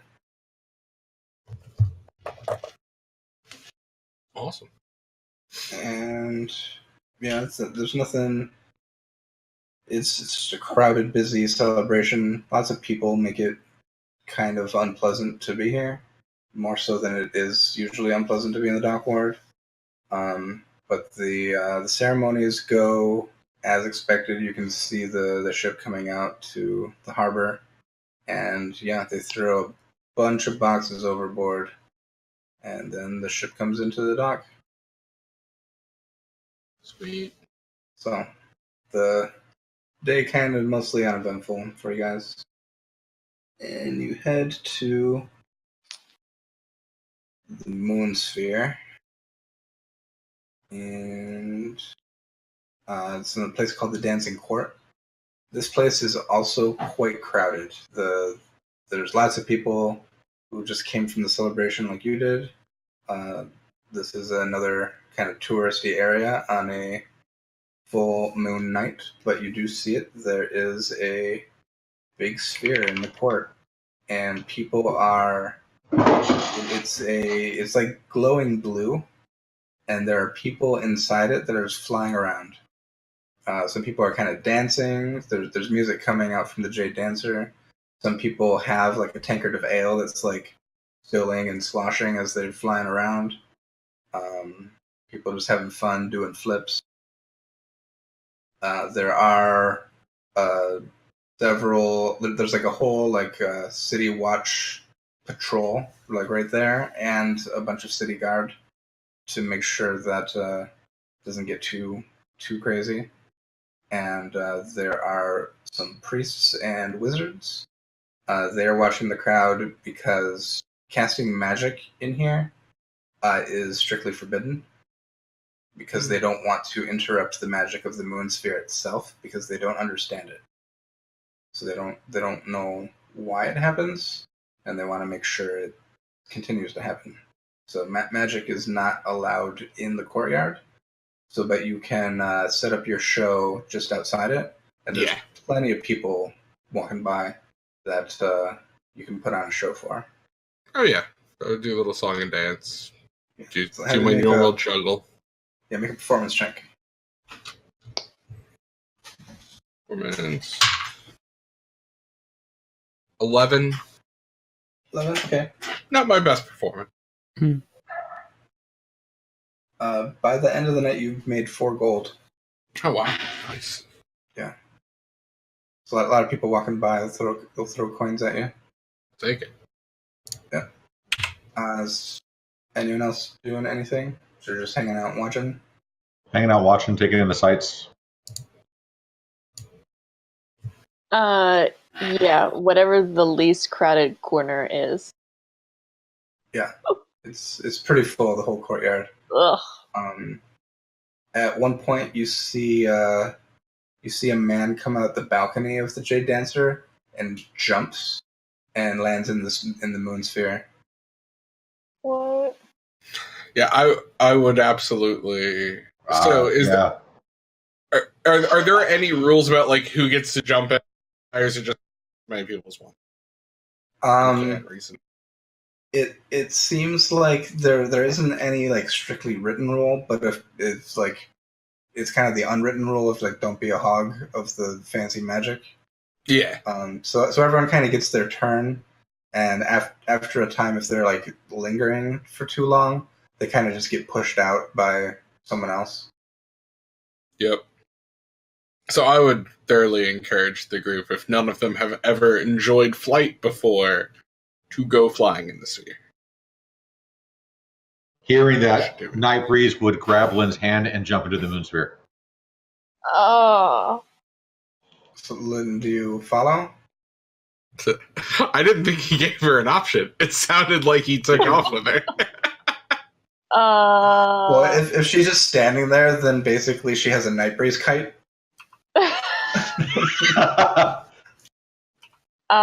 Is that like what happens and like I have to step in myself?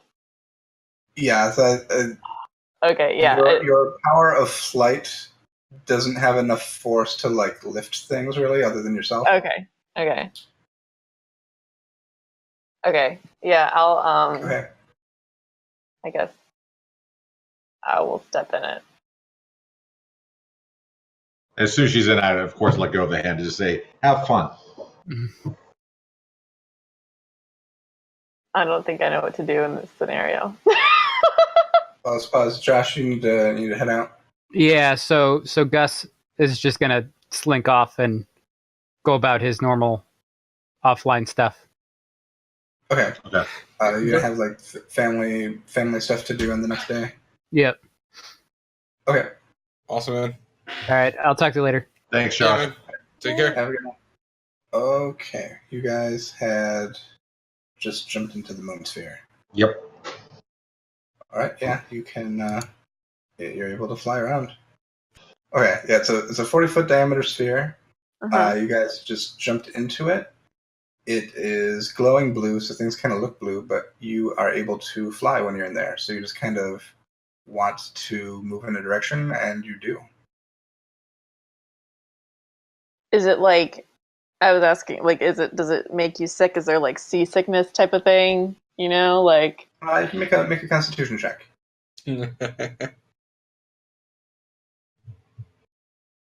Is Lynn gonna throw up in the sphere? 11. 11. You seem fine. Probably not. You can kind of like move quick, or you can move slow. Okay. But yeah, it's not making you sick. Okay. I would just fly around a little bit. Lynn, it's like you're a bird. Just fly. I feel like I'm doing like the froggy swim type thing, you know? So it's full on magical flight, right? So you're not like limited to normal physics, etc. Right. So Dan would absolutely try and find some dance with him in the sphere. Yeah, fly dancing is awesome. Yeah, there's plenty of people around. You totally can find. You can take your pick of people who are Sweet. eager to fly around. You How guys, do you get out? Do you just like kind of like? You Peter Pan out. Yeah. Okay. Yeah, you can kind of just move yourself over to the edge and then drop.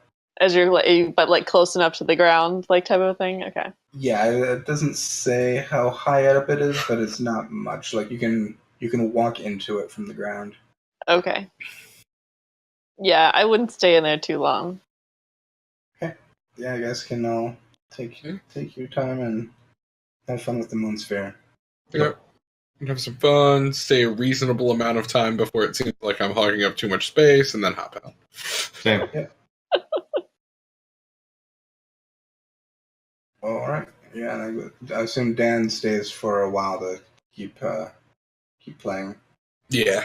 keep entertaining. All right. Yeah, I'll kind of go until the wee hours of. And Josh isn't here, but I assume he would stay for the rest of the evening, and Gus wouldn't be away until tomorrow. And I assume he would continue to try to make awkward conversation with Lynn. I figured, yeah, one of two things happened. Did that, or when he saw Night Breeze take her into the sphere, he stomped off and pouted. That's how I imagined it. It could be. Could go either way. We can, From a timing perspective, that really... yeah. I mean, it would make sense. It would be in character. We can let Josh decide later, but yeah. Yeah, exactly. Yes. Have a late Lynn night. wouldn't stay late. Lynn would Okay. probably go after a bit. Leave you guys to have fun. I assume you guys probably don't have your cart with you because there wouldn't have been any way to get through the streets. Yeah. Yeah, we just walked. So this Night Breeze, like I assume Dan is staying late. Yeah. I would stay with Dan until he goes back. Okay. So Lindario is just walking off alone. Oh Yeah. God, why do you gotta put it that way? That's what's happening. Every time a DM says it that way, I'm like, now look at it. No, I would walk Lindario back. No, it's God, And then leave Dan alone. I know, I'm an right? adult. Thank you. I can walk. Leave a drunken Dan to wander the streets alone with pockets full of money. No, I wouldn't. Okay, if you tried to, I wouldn't let you.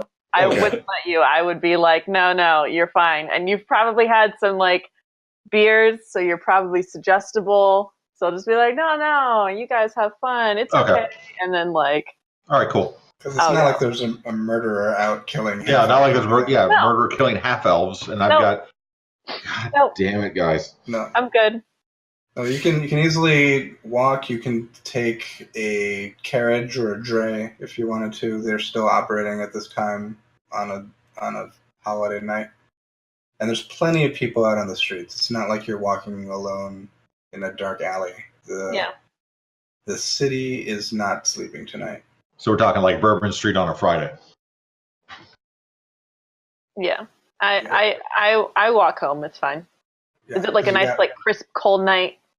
Have a nice crisp walk home. Yeah, nice spring evening. Yeah. Okay. And yeah, it was all those people who attended the celebration at the Dockwoods are filtering back up through the city. So I'll take little detours to like all the patches of grass that I know along the way, and like get a little collection going. Okay. Name some of your detours. If you look at the map, where are you going? Because that could suddenly change the outcome of this. So we're all the way in the southern. Let's see. Where did you tell me that had grass that I would like know to stop at? Most of them are way north. Yeah. Well, was it the Court of the White Bull or the Caravan Court? One of those you mentioned. And then I'll walk through the City of the Dead on the way home. Okay, normally it is closed at night. Oh. There is some exception for a night like tonight where there's so many people out and about. Yeah, there is. I'll just walk through Yeah. there. Okay. Yeah, there's once you go there, there is like noticeably fewer people, Mhm. but it's still pretty busy. There's difficult to find like a street without any people. Yeah, you can take a detour through there and Cool. head back. Easy enough. All right, and Night Breeze and Dan, are you once you do finally decide to go home, how are you going? Just the straight route? I feel like, well, however straight, we're both capable of walking at Okay. Make a after I bar. knew this. I knew it was going to say Constitution. Here it comes. Constitution saving There it throw. is. All right, yep. Let's see how drunk. Oh God, let's see how drunk we are. You How guys drunk want are to take you? a cab? No. This is like the dudes on shore leave, like arm Yeah. around each other, Yeah. here, wandering unnecessarily in various directions. What'd you get?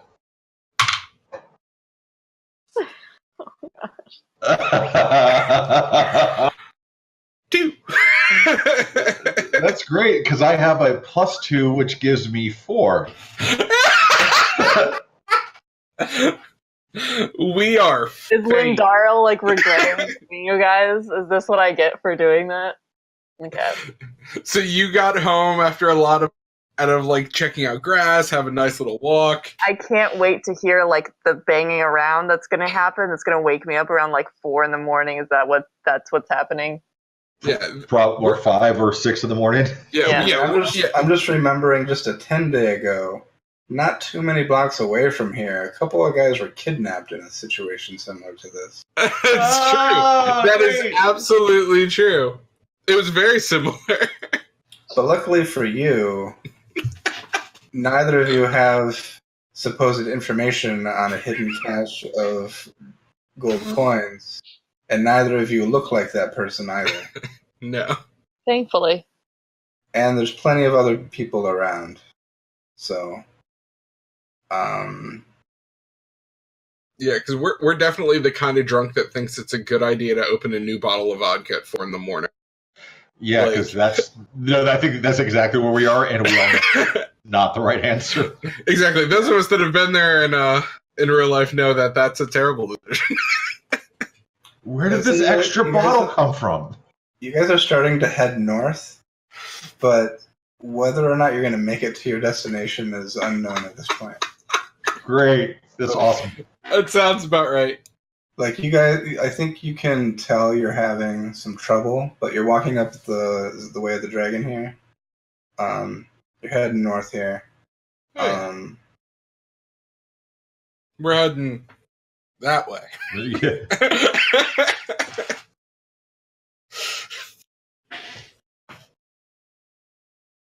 There's a couple other bars you pass that are still open, but there's people, some people like passed out on the tables already. There's other people still drinking and laughing. A lot of shops have closed by this point. I'm fixing it. 1 second. There we go. We're back, okay. Yeah, a lot of the shops along this way have closed, but there's still people in the street. There's carriages going up and down.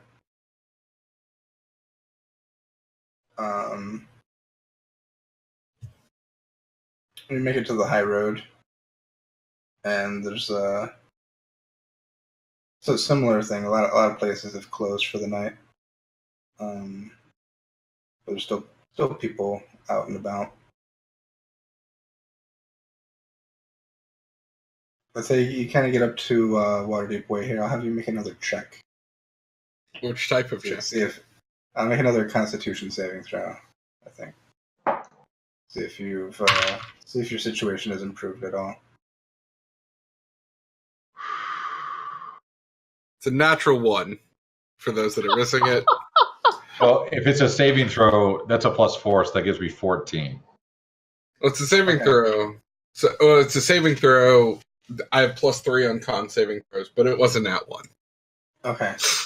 So it took you a while to get this far, but it's just a straight shot up the high road from here, pretty much. Night Breeze, you're starting to recover. Your physiology lets you kind of dismiss the intoxication quicker. This is not my first time at the rodeo. Well, it's not Dan's either, but Dan is kind of passing out. Oh, cool. I, of course, do like the buddy support. Come on, man. You got this. We can do this. And Dave's like, I do got this, man. I'll just sleep over there in the... It's fine. You can sleep at the attics, floors. You'll be all right. Just let's get to the house. I could go sleep at the bar and then work first thing in the morning. I think that there are waffles at our house. Waffles. And I walk towards waffles. And just, Night Breeze, you have an idea that you still have your room at the Dripping Dagger. Okay. Which is still a little bit off, but it'd be closer than Troll Skull Manor. Dude, we could stop by the Dripping Dagger. They got waffles in the morning. I've got a room there. We could do that. Absolutely. Drunken Dan is like, waffles. Just... Lynn is going to wake up in the morning and think y'all got killed. And yeah. Yeah. That's there's no modern texting contraptions to let me know. I see a harsh scolding in our future. We'll deal with it when we get there. It's okay. You guys barely. Dan doesn't see that coming. Dan just sees waffles. Waffles. And like as we walk into the place, Dan's just like, waffles. In a bar at like 4 a.m. Yeah. Whenever. It took you like 4 times longer than normal to walk this far. Of course. Sweet. But yeah, you get in and settle down for the night, or really the morning. The morning. Yeah. Thankfully, we only need 4 hours of sleep. Well, at least I only need 4 hours of sleep. Yeah, I don't have trace. I don't believe so. Sweet. I don't think so. Half elves usually actually sleep. Yeah, if we need real sleep. And by gosh, he'll take that real sleep. It's the kind of deep sleep you only get when you're that kind of, where all of a sudden a small skinny man can still snore enough to rattle windows.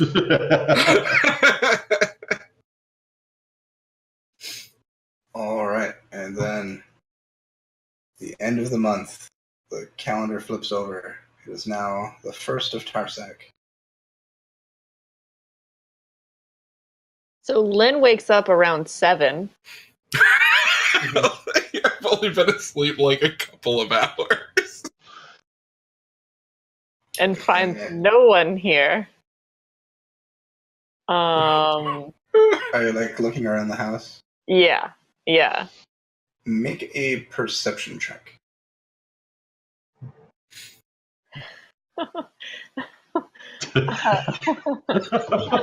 A natural 1. So that's a 6. You perceive that you are awake. I'm obviously like frantic and think that they probably got killed, and am feeling guilty that I left them. Yeah, so you're just looking around and you don't see anyone. You don't really understand why or what happened. And I'll say, even with a natural 1, you hear some raised voices outside. You can't. It's really muffled. You can't hear what they're saying or who it is. But you hear some commotion from outside. Great! Now Lynn's gonna die. Yeah. The two of us are having hangover 2 in the afternoon. Yeah, I would go and see what it is. Like maybe it's them, and I like. Yeah, if you come down the stairs up that front north entrance, doesn't seem to be here. It seems like it was coming from behind in the alley. Okay, I'll go around to the alley. Yeah, you go around. You hear it. It's louder. There are people arguing, and as you get closer, you recognize one of them is Treadworth Wolfhelm. Oh Okay. shit! It's supposed to start at the house today. Oh yeah. And he's trying to charge people for the stalls as they're setting up. Oh shit! If you listen for a moment, that's exactly it. People have tried to set up shop, and he's charging them for the space. Just what Lynn wants: bureaucracy. They are not into having to pay because they were here first, and these are the spots that are free if you're here first. Ah. But they're not liking that the rules have changed. Ah, yes. Well, I guess I would go and I would ask him, like, is everything all right? Is there a problem? And he'll be like, "There's no problem. There's you." And he turns back to the person, like, "You need to pay, or you can't set up here." And the person's like arguing and grumbling. Ah, so I'll be like, these are the people you were talking about that haven't been paying taxes and have been mooching off this space here. Yeah, it's not necessarily that person. It rotates every day, but it's the system that the community has developed on their own. Is just whoever gets there first gets the spot. Yeah. Mm-hmm. Yeah. Well. And in the meantime, during this arguing, a bunch of the other prime spots have been taken. You see other people setting up for the day. Mm-hmm. So this person who thought they were getting a good spot, getting here early, getting a discount, or getting it for free, now they might not even get a spot. Well, they can get a lovely spot. They just have to pay for it. So are you trying to join the argument to persuade them? No. I mean, he's in charge. I'll let him do his business. I'll watch it for a second and then remember that I'm like looking for the guys, and I won't stay long. So yeah, they will continue arguing for a while. I think you'd stay for maybe like 5 minutes. And yeah, it's still going on. Okay, I'll pretty much be like it. I feel like you have this handled, I'm sure, and go figure out where everybody else went. Yeah, and as you're leaving, you see City Watch are starting to come to the scene to. Oh, okay, fine. To address the situation. Yeah.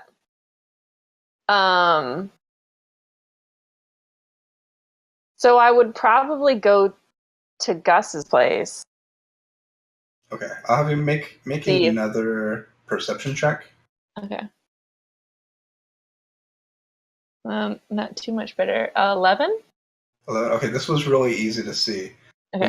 When you didn't notice it the first time when you were out on the street because you were interested in what was going on, but when you actually get out to the street and look up, you notice on every single lamppost and every single shop window there is a flyer, and it's the same flyer. Uh-huh. And I'll go up to one. It has basically has illustrations on it that look kind of like a carnival, and there is text on it.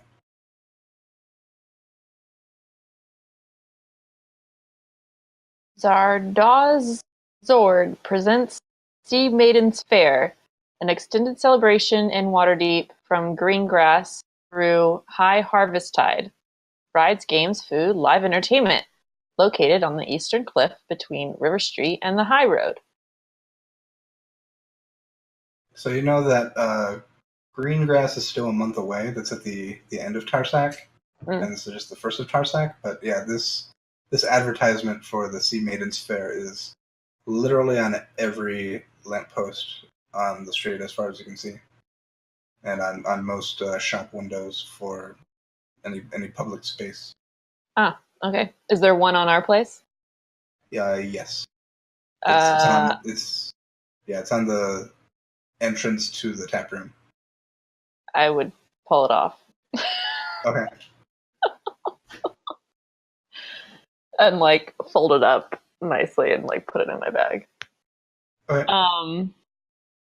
But yeah, I would probably go to Gus's place to see if maybe they crashed there or if he would know what happened to Okay. them. First? When you get there, the servants will inform you that Lord Gus is not in at the time. Okay. But you are free to tend to your horses or. And they haven't seen the other two? No. Okay. Lynn thinks Not everybody's dead. Not since the previous day.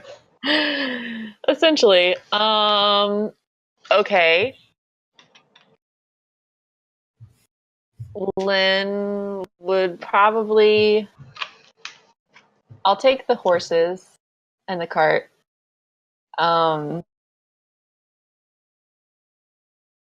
I guess I would probably go back to where I last saw them and like go back to the.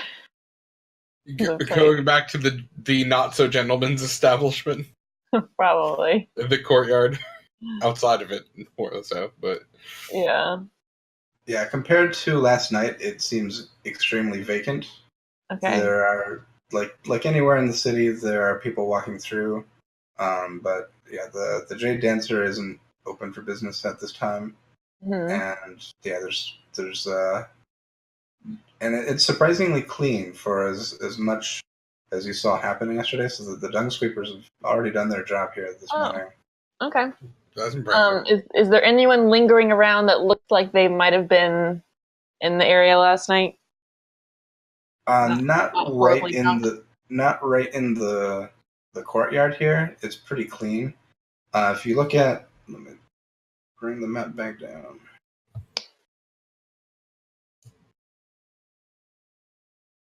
I'm sure in some of the the alley to the north of there, you'll find in between buildings there's people passed out or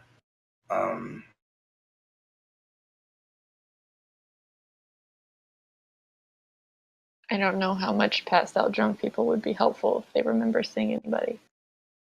Okay. Oh, did we lose? The day we lost. There you are. Oh, frozen. Are you back? there. Yay. Back.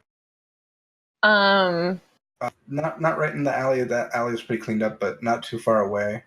You can. There's probably people passed out in between buildings. People who didn't make it home last night. Yeah. I just don't think they're going to be helpful. No, they're. You remember seeing a probably- drow and a tall elf anywhere? They're probably not even conscious. So. Yeah.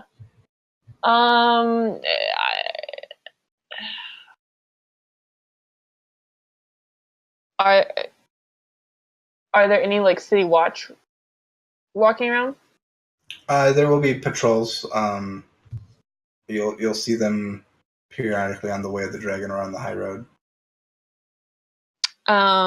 I would probably approach them and ask if they have seen, if there have been any reports of any like violence or anything happening in the area, and kind of just explain that like my friends are missing.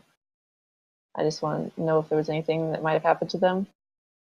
I'll have you make a persuasion check. 17. They will ask you for a full description of your friends. Okay. So I can describe Nightbreeze and Dan. Yeah. Drow, boy, purple robes. And they'll say that we haven't had any reports of anyone matching that description. But make an insight check. Okay. That is a 19. So while that seems to be true, they don't know anything about Dan or Nightbreeze. Mhm. It seems like there's something else is going on that they're unrelated, but they're in the middle of something. Hmm. But they are stopping to like try to help you. Yeah. But they haven't heard what you're looking for. So Yeah. they're kind of anxious to get back to their work. I think my panic outlies my curiosity. I guess I would go to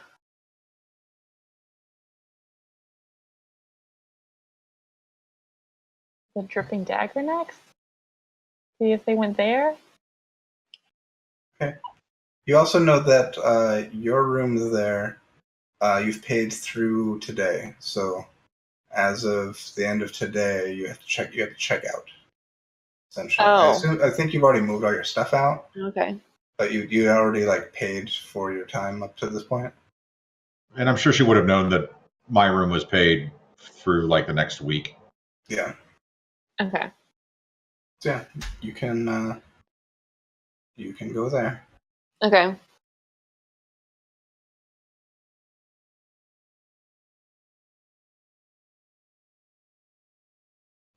And there's pretty much no chance either of them are awake at this point. Yeah. Absolutely not. But you know where their room is. So. Yeah. Well, is there someone I can like ask to see if they like came in? Like, I'd probably ask like front desk person. Yeah, and they they won't can. tell you that they will not divulge that information just offhand. All right. Fine. I will go up and I will knock on what I know to be Nightbreeze's door. To be fair, I don't even know if the door's all the way closed. Yeah, that's We were pretty lit. Oh yeah. Well, I'll roll to see that. It is not. So you can knock and the door starts to open. Yeah. Okay, and then I look in, and obviously they're like just like passed out in their clothes. Like maybe even like did they even make it to the bed? Is it like half on the bed, other one on the floor? Dan is just completely on the floor because that's what he prefers to be anyway. Yeah. Nightbreeze is probably like half. He's like half on the bed and half like sliding off. Yeah. So I would probably do a Nightbreeze, Dandria.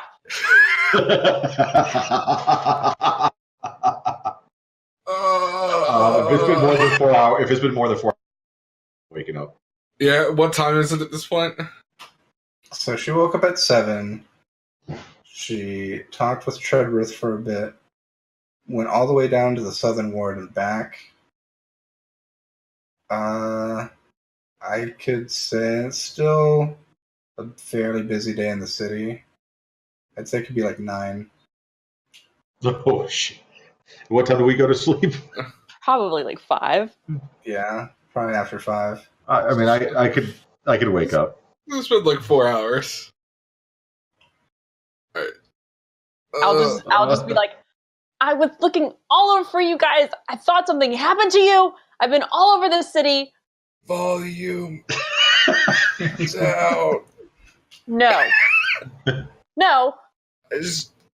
I thought you were dead. Why do I want waffles? Put up missing persons out at the freaking city guard. Well, that's very sweet of you and stuff, but I just want. We had way too much fun. It was a lot of fun. It was So a lot sorry. of fun. So See, like, you should see if you'd not gone home, you'd feel just as great as I do right now. so I think it's like one of those like you busted and you're like upset, like adrenaline running high, and then I realize that you guys are just like so freaking stupid drunk that then she just gets like annoyed. I'm like, All right, fine.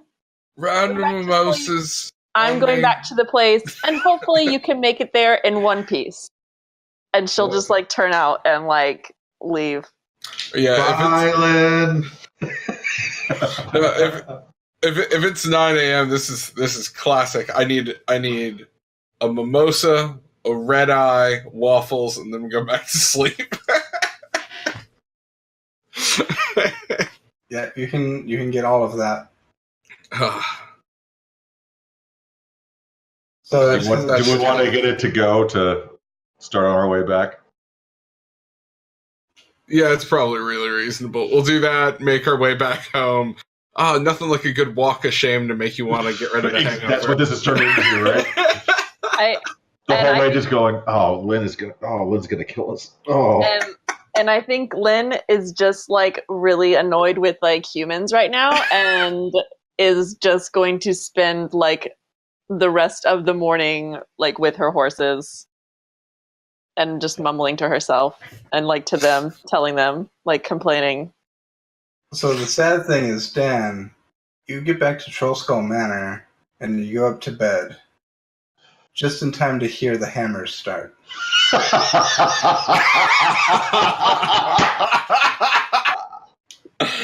I deserve this. It's like, no. You just get comfy and you're just falling back asleep. That like just that lull moment where you're like just in that cozy little, and then bam, bam, bam, bam, bam, bam. And you're on the top floor next to where they're repairing the roof. Mm-hmm.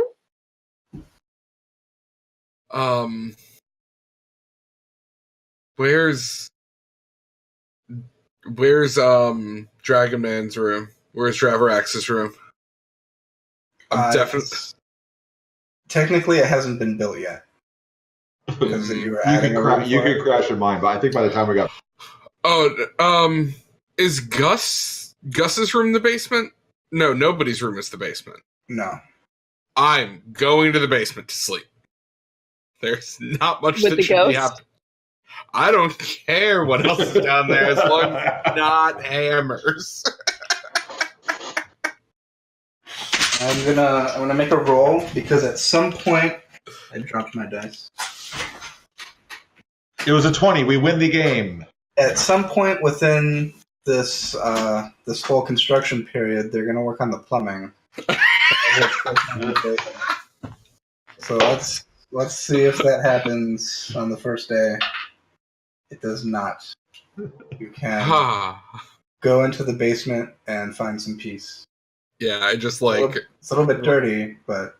That's just fine. So is Dan right now. There's one thing he doesn't have, it's pride in this moment. Alright. So, Dan is out for a little bit. It is getting a little bit late. Is there any like summary of just what you wanted to accomplish this day, if anything? Or is it kind of just a downtime day? Hangover treatment. That is Dan's job today. Okay. If I could afford it, I would go to the florist and buy a single flower and put it on Lynn's, like by her threshold, with a little note that says, "Sorry, night priest." Okay. If there is like an apothecary nearby, like when I wake up, I'm getting the D&D equivalent of a B complex vitamin, a Centrum Silver, and Gatorade. Yep. Or Pedialyte. Well, Lynn learned yesterday that the flower shop also kind of acts like an apothecary. They have some potions. Oh, yeah. And salves and other stuff that can be derived from the plants. Yeah, like... I will leave it to the DM how much I wind up throwing at the cashier. This is the equivalent of like stumbling into CVS mid-afternoon with a ridiculous hangover and like chucking a $10 bill and picking up like vitamins, Pedialyte. I'll make a roll. It's not too bad. You got 43 silver worth of health products. that may or may not do anything. But Such is life. you feel better just for having purchased them. Exactly.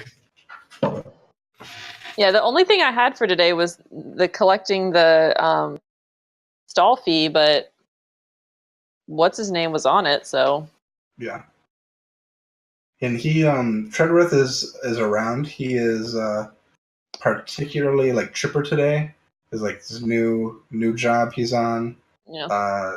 He's always excited, but especially Fleet's Wake is over just in time for the next 10-day holiday season of Joaquin Tide. And Treadworth is especially happy about Joaquin Tide. So today, and if he gets a chance to stop you, if you hadn't heard of Joaquin Tide, or particularly this day, the 1st of Tarsak, the celebration of caravans, he will explain it all to you and all its traditions and history. It's essentially like Waterdeep's Christmas in spring. It tends to be a gift-giving holiday, but it's more geared towards just children. It's really about caravans aren't really allowed through the gates during the winter months, so it's only like smaller travelers coming through. And so this is the 1st of Tarsak is when the big caravans can start entering the city again. So that's the story that Old Carvis was a man in a caravan carrying toys and distributing them to all the children. Cute. Old Carvis claws. Yep. And yeah, you got probably a half dozen people up on the roof right now working on tearing away shingles, replacing shingles, and other boards and bits. There's probably other people coming in from the various guilds just to assess what they need to do on the project in general. And yeah, so you got people coming and going most of the day. Did we already do our payment to him? I'll say yes. Okay. Basically, I couldn't remember. Yeah, because he said at the start of thing we had to give him money. Okay. If you want to, like, you have the whole sum, so you could just give him the whole thing up front if you want, just to make it easy, or you can give him the half.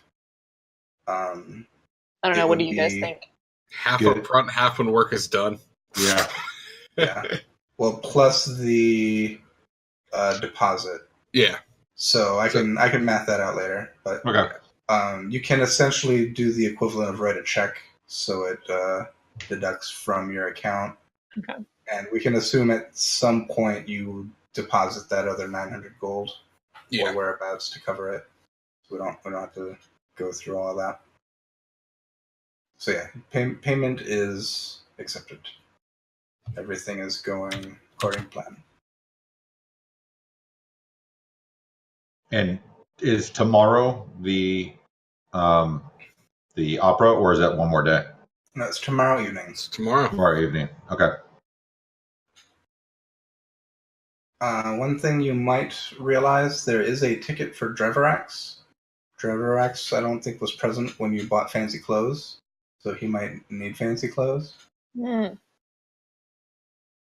Nah. I could do it the day of, or I could try to. Well, yeah. We can go down to the ye old tapestry shop and give him another outfit. Yeah. Yeah.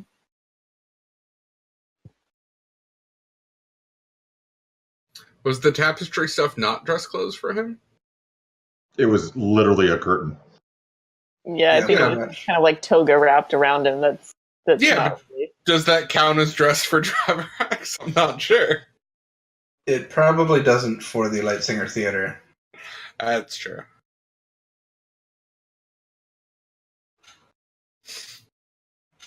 Yeah, that's fine. Yeah.